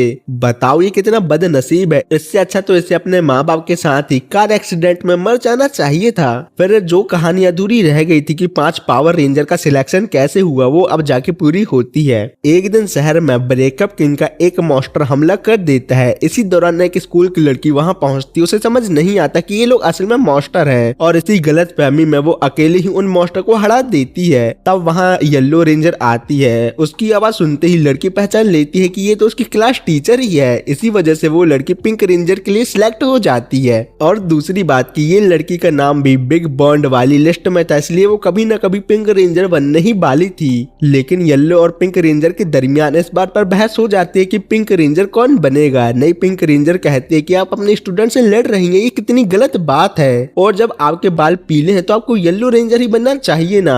फिर भी फैसला एक मुकाबला रख के किया जाता है जिसमें येलो रेंजर हार जाती है और आखिरकार वो लड़की ही पिंक रेंजर बनती है। इसी तरह अब तक 4 लोग सिलेक्ट हो चुके होते हैं। ब्लू रेंजर ने बहुत सारे लोगों का इंटरव्यू लिया था, लेकिन किस्मत को कुछ और ही मंजूर था, इसलिए टोगो को रेड रेंजर के लिए चुना जाता है। फिर बताया जाता है कि ब्लैक बॉन्ड प्लेट रेड को ब्लैक रेंजर में तब्दील कर सकती है, लेकिन ये बहुत ही खौफनाक ताकत है। प्रोफेसर रेड को सख्ती से समझाते हैं कि ब्लैक रेंजर बनने के बाद तुम्हारी जो नेगेटिविटी है कि तुम अपने दोस्तों से दूर जा रहे हो और उन्हें बचा नहीं पाओगे, वो बहुत ज्यादा बढ़ जाती है और यही नेगेटिविटी उसे ब्लैक रेंजर की ताकत देती है। लेकिन ये बहुत खतरनाक चीज, अगर तुम ज्यादा देर तक इसका इस्तेमाल करोगे तो तुम खुद को ही नुकसान पहुंचा लोगे। इसलिए जब तक तुम्हारे पास कोई और रास्ता ना बचे कि तुम मर जाओ या अपने दोस्तों को बचाओ, तभी ब्लैक रेंजर बनना, ओके। फिर एक दिन प्रोफेसर सिल्वर रेंजर को टीम ज्वाइन कराने के लिए लाते हैं, लेकिन सिल्वर रेंजर टीम ज्वाइन करने से इनकार कर देती है क्योंकि उसे फ्यूचर के विजन दिखते हैं। इसलिए उसे मालूम होता है कि अगर वो टीम का हिस्सा बनी तो वो मर जाएगी। इसलिए वो फैसला करते हैं कि वो अकेले ही मॉन्स्टर को खत्म करेगी। ये बात प्रोफेसर को भी बिल्कुल पता नहीं होती, लेकिन रेड सिल्वर को पहली बार देख के ही उससे मोहब्बत कर बैठता है। पर सिल्वर रेंजर अकेले लड़ तो लेती थी, लेकिन बहुत बुरी तरह से घायल हो जाती थी कभी कभी। ये रेड से देखा नहीं जाता और वो कहता है कि जब तुम अकेले इतना अच्छा लड़ सकती हो और मॉन्स्टर को आसानी से हरा सकती हो, तो सोचो अगर तुम हमारी टीम पर आ जाओगी तो सबकी कितनी मदद होगी और तुम्हें भी कम चोट लगेगी। रेड की बात सुनकर सिल्वर भी टीम ज्वाइन कर लेती है। पर अगले ही सीन में हम देखते हैं कि ब्रेकअप किंग ने रेड के सामने ही सिल्वर रेंजर को मार दिया होता है और रेड उसे बचा नहीं पाता। अफसोस की बात होती है। मरने से पहले सिल्वर कहते हैं कि मैंने अपने विजन में देखा था कि मैं टीम ज्वाइन करने के बाद मरने वाली हूँ, लेकिन मैंने ये भी देखा था कि मेरे मुकद्दर में ये है कि रेड मैं तुम्हें ब्रेकअप किंग के हाथों से मरने से बचाऊं, जो मैंने कर दिया, और वो दुनिया से चली जाती है। इस सब के बाद रेड के दिल में तन्हाई और अपनों को खोने का गहरा जख्म बन जाता है। इस जख्म को भरने के लिए बहुत सारे लोगों से दोस्ती करता है, लेकिन जैसे जैसे उसके दोस्त मरते गए उसके अंदर का जख्म फिर से खुलता जाता है। वापस प्रेजेंट में जब रेड ब्लैक रेंजर में तब्दील हो जाता है तो टीना समझ नहीं पाती कि वो उसे रेड बुलाए या ब्लैक। लोजी को भी शक होता है क्या उसका दुश्मन रेड सही में इतना ताकतवर है, लेकिन विडान और आबू डाबी को अभी भी लगता है कि ये बस एक छोटा सा अपग्रेड है और वो ब्लैक बने रेंजर को आसानी से हरा देंगे। लेकिन रेड तो पलक झपकते ही आबू डाबी और विडान को हरा देता है। इसलिए विडान गुस्से में आकर बाकी सब पर हमला कर देता है तो रेड अपने आर्मर बैंडेज की मदद से सबको बचा लेता है और बैंडेज को ही तब्दील करके विडान पर हमला कर देता है। ये सब देखकर विडान को समझ नहीं आता कि रेड के अंदर इतनी ज्यादा ताकत आ कहां से रही है। तो आबू डाबी कहता है जब तुमने उसके दोस्तों पर हमला किया था तब वो हद से ज्यादा गुस्सा और ताकतवर हो गया, इसलिए हमें डायरेक्ट उस पर हमला करना चाहिए ना कि उसके दोस्तों पर। फिर दोनों रॉयल डीमन अपना सबसे ज्यादा ताकत वाला कंबाइंड अटैक रेड पर चला देते हैं। रेड आर्मर बैंडेज से एक बड़ा सा हाथ बनाकर एक ही बार में उन दोनों के अटैक को तबाह कर देता है और उन्हें बहुत ही बुरी तरह मारता है। नीचे से देखते हुए उसके दोस्त सोचते हैं कि रेड इतना ताकतवर था और कभी उसने इस बारे में बताया नहीं, लेकिन सन कहते हैं कि रेड इस वक्त बहुत दर्द में है और मुझे उसे ऐसा देखना बर्दाश्त नहीं हो रहा। रेड अपने दोस्त को बचाने के लिए अपनी जान तक दांव पर लगाकर विडान और आबू डाबी से लड़ता रहता है और हद से ज्यादा गुस्से में आ जाता है और अपने अगले हमले से विडान को पूरी तरह मार डालता है। लेकिन तब सबको पता चलता है कि विडान का सर अभी भी सलामत है, इसलिए वो जिंदा है, मरा नहीं। ये देखते ही आबू डाबी विडान को अपने साथ लेकर गायब हो जाता है। सबको लगता है कि रैंड ने पूरे सन फोर्स को बचा लिया, लेकिन तब सबको एहसास होता है कि रैंड ने अपने ऊपर से कंट्रोल खो दिया है, इसलिए वो पूरे सन फोर्स को तबाह करने लगा हुआ है। और अब लोजी को समझ आता है कि रैंड ने क्यों कहा था अगर मैं कंट्रोल से बाहर हो जाऊं तो मुझे मार देना। लेकिन सिन के पास एक आइडिया होता है। वो कहती है कि अगर वो लोग किसी तरह रैंड का ट्रांसफॉर्म होने वाला डिवाइस निकाल दे तो रैंड नॉर्मल हो सकता है। इस प्लान को फॉलो करते हुए सब एक एक करके रैंड पर हमला कर देते हैं उसका डिवाइस छीनने की कोशिश में, लेकिन अटैक से रैंड और भी ज्यादा पावरफुल हो जाता है। इसलिए लोजी प्रिंसेस टीना से कहता है कि यहाँ रहना आपके लिए महफूज नहीं, इसलिए आप एल्फ को लेकर बहुत दूर चली जाइए। टीना बात समझकर अपना बीस्ट समन करती है और सब एल्फ को लेकर वहां से दूर निकल जाती है। इसके बाद बाकी तीनों लोग एक साथ रैड पर हमला करते हैं और एक जगह उसे रोक देते हैं, लेकिन रैड तब भी शांत नहीं होता। तो लोजी खुद को चोट पहुंचाते हुए रैड का डिवाइस निकाल देता है, जिसके बाद रैड आसानी से नॉर्मल हो जाता है। कुछ देर बाद रैड को होश आता है सिन की गोद में और होश में आते साथ ही वो उन लोगों को परेशान और हार्म करने के लिए सभी से माफी मांगता है। लेकिन सब कहते हैं कि तुमने तो हमारी जान बचाई रॉयल डीमन को भगाकर। लोजी भी कहता है कि मैं तुम्हें नॉर्मल करते हुए घायल हुआ, लेकिन ये सही साबित हुआ क्योंकि अगर तुम ना होते तो मैं प्रिंसेस टीना को रॉयल डीमन से प्रोटेक्ट नहीं कर पाता, जो मेरी कमजोरी का सबूत है, इसलिए मैं खुद को और मजबूत बनाने की कोशिश करूंगा। रैड ये देखकर बहुत इमोशनल हो जाता है। वो कहता है कि जब मैं इस दुनिया में पहली बार आया था तो मेरे पास कोई नहीं था, लेकिन अब देखो मेरे पास 5 दोस्त हो गए हैं, बिल्कुल वैसे ही जैसे मेरी अपनी दुनिया में मेरे 5 रेंजर दोस्त थे। सीन बदलता है और हम आबू डाबी और विडान को देखते हैं। विडान कहता है कि अगर मैं अपने सेकंड फॉर्म में आ जाता तो आसानी से रेड को हरा देता। वो दोनों अपनी सील माँ के पास जाते हैं जहाँ उनके रॉयल डीमन भाई बहन बैठे होते हैं। आखिरी सीन में हम रेड के बर्ड में देखते हैं कि सब लोग हैरान है कि जब ब्रेकअप किंग मर चुका है तो पावर रेंजर वाले बीस्ट बार बार गायब क्यों हो जाते हैं। पर इसको देख के उन्हें ये सबूत मिल जाता है कि रेड अभी किसी और दुनिया में जिंदा हो सकता है। तब कियो हीरो आता है और फैसला करता है कि वो इन बीस्ट की मदद से अपने भाई की लोकेशन ढूंढ के ही रहेगा। और यहाँ पर ये एनीमे खत्म होता है। अगर आप लोग सपोर्ट करते रहो तो मैं फुल सीजन लेके आऊंगा जल्दी से जल्दी। अगर आप चाहते हो कि मैं कोई लॉन्ग एनीमे जैसे 7 डेडली सिंस, डान माची या कोई और एक्सप्लेन करूं तो मुझे कमेंट में बता दीजिए। और हाँ, वीडियो पसंद आए तो वीडियो को हाइप करना नहीं भूलना, पर अगर वीडियो अच्छी नहीं लगी तो नहीं करना। ठीक है, मिलते हैं किसी और वीडियो में जल्द से जल्द। बाय।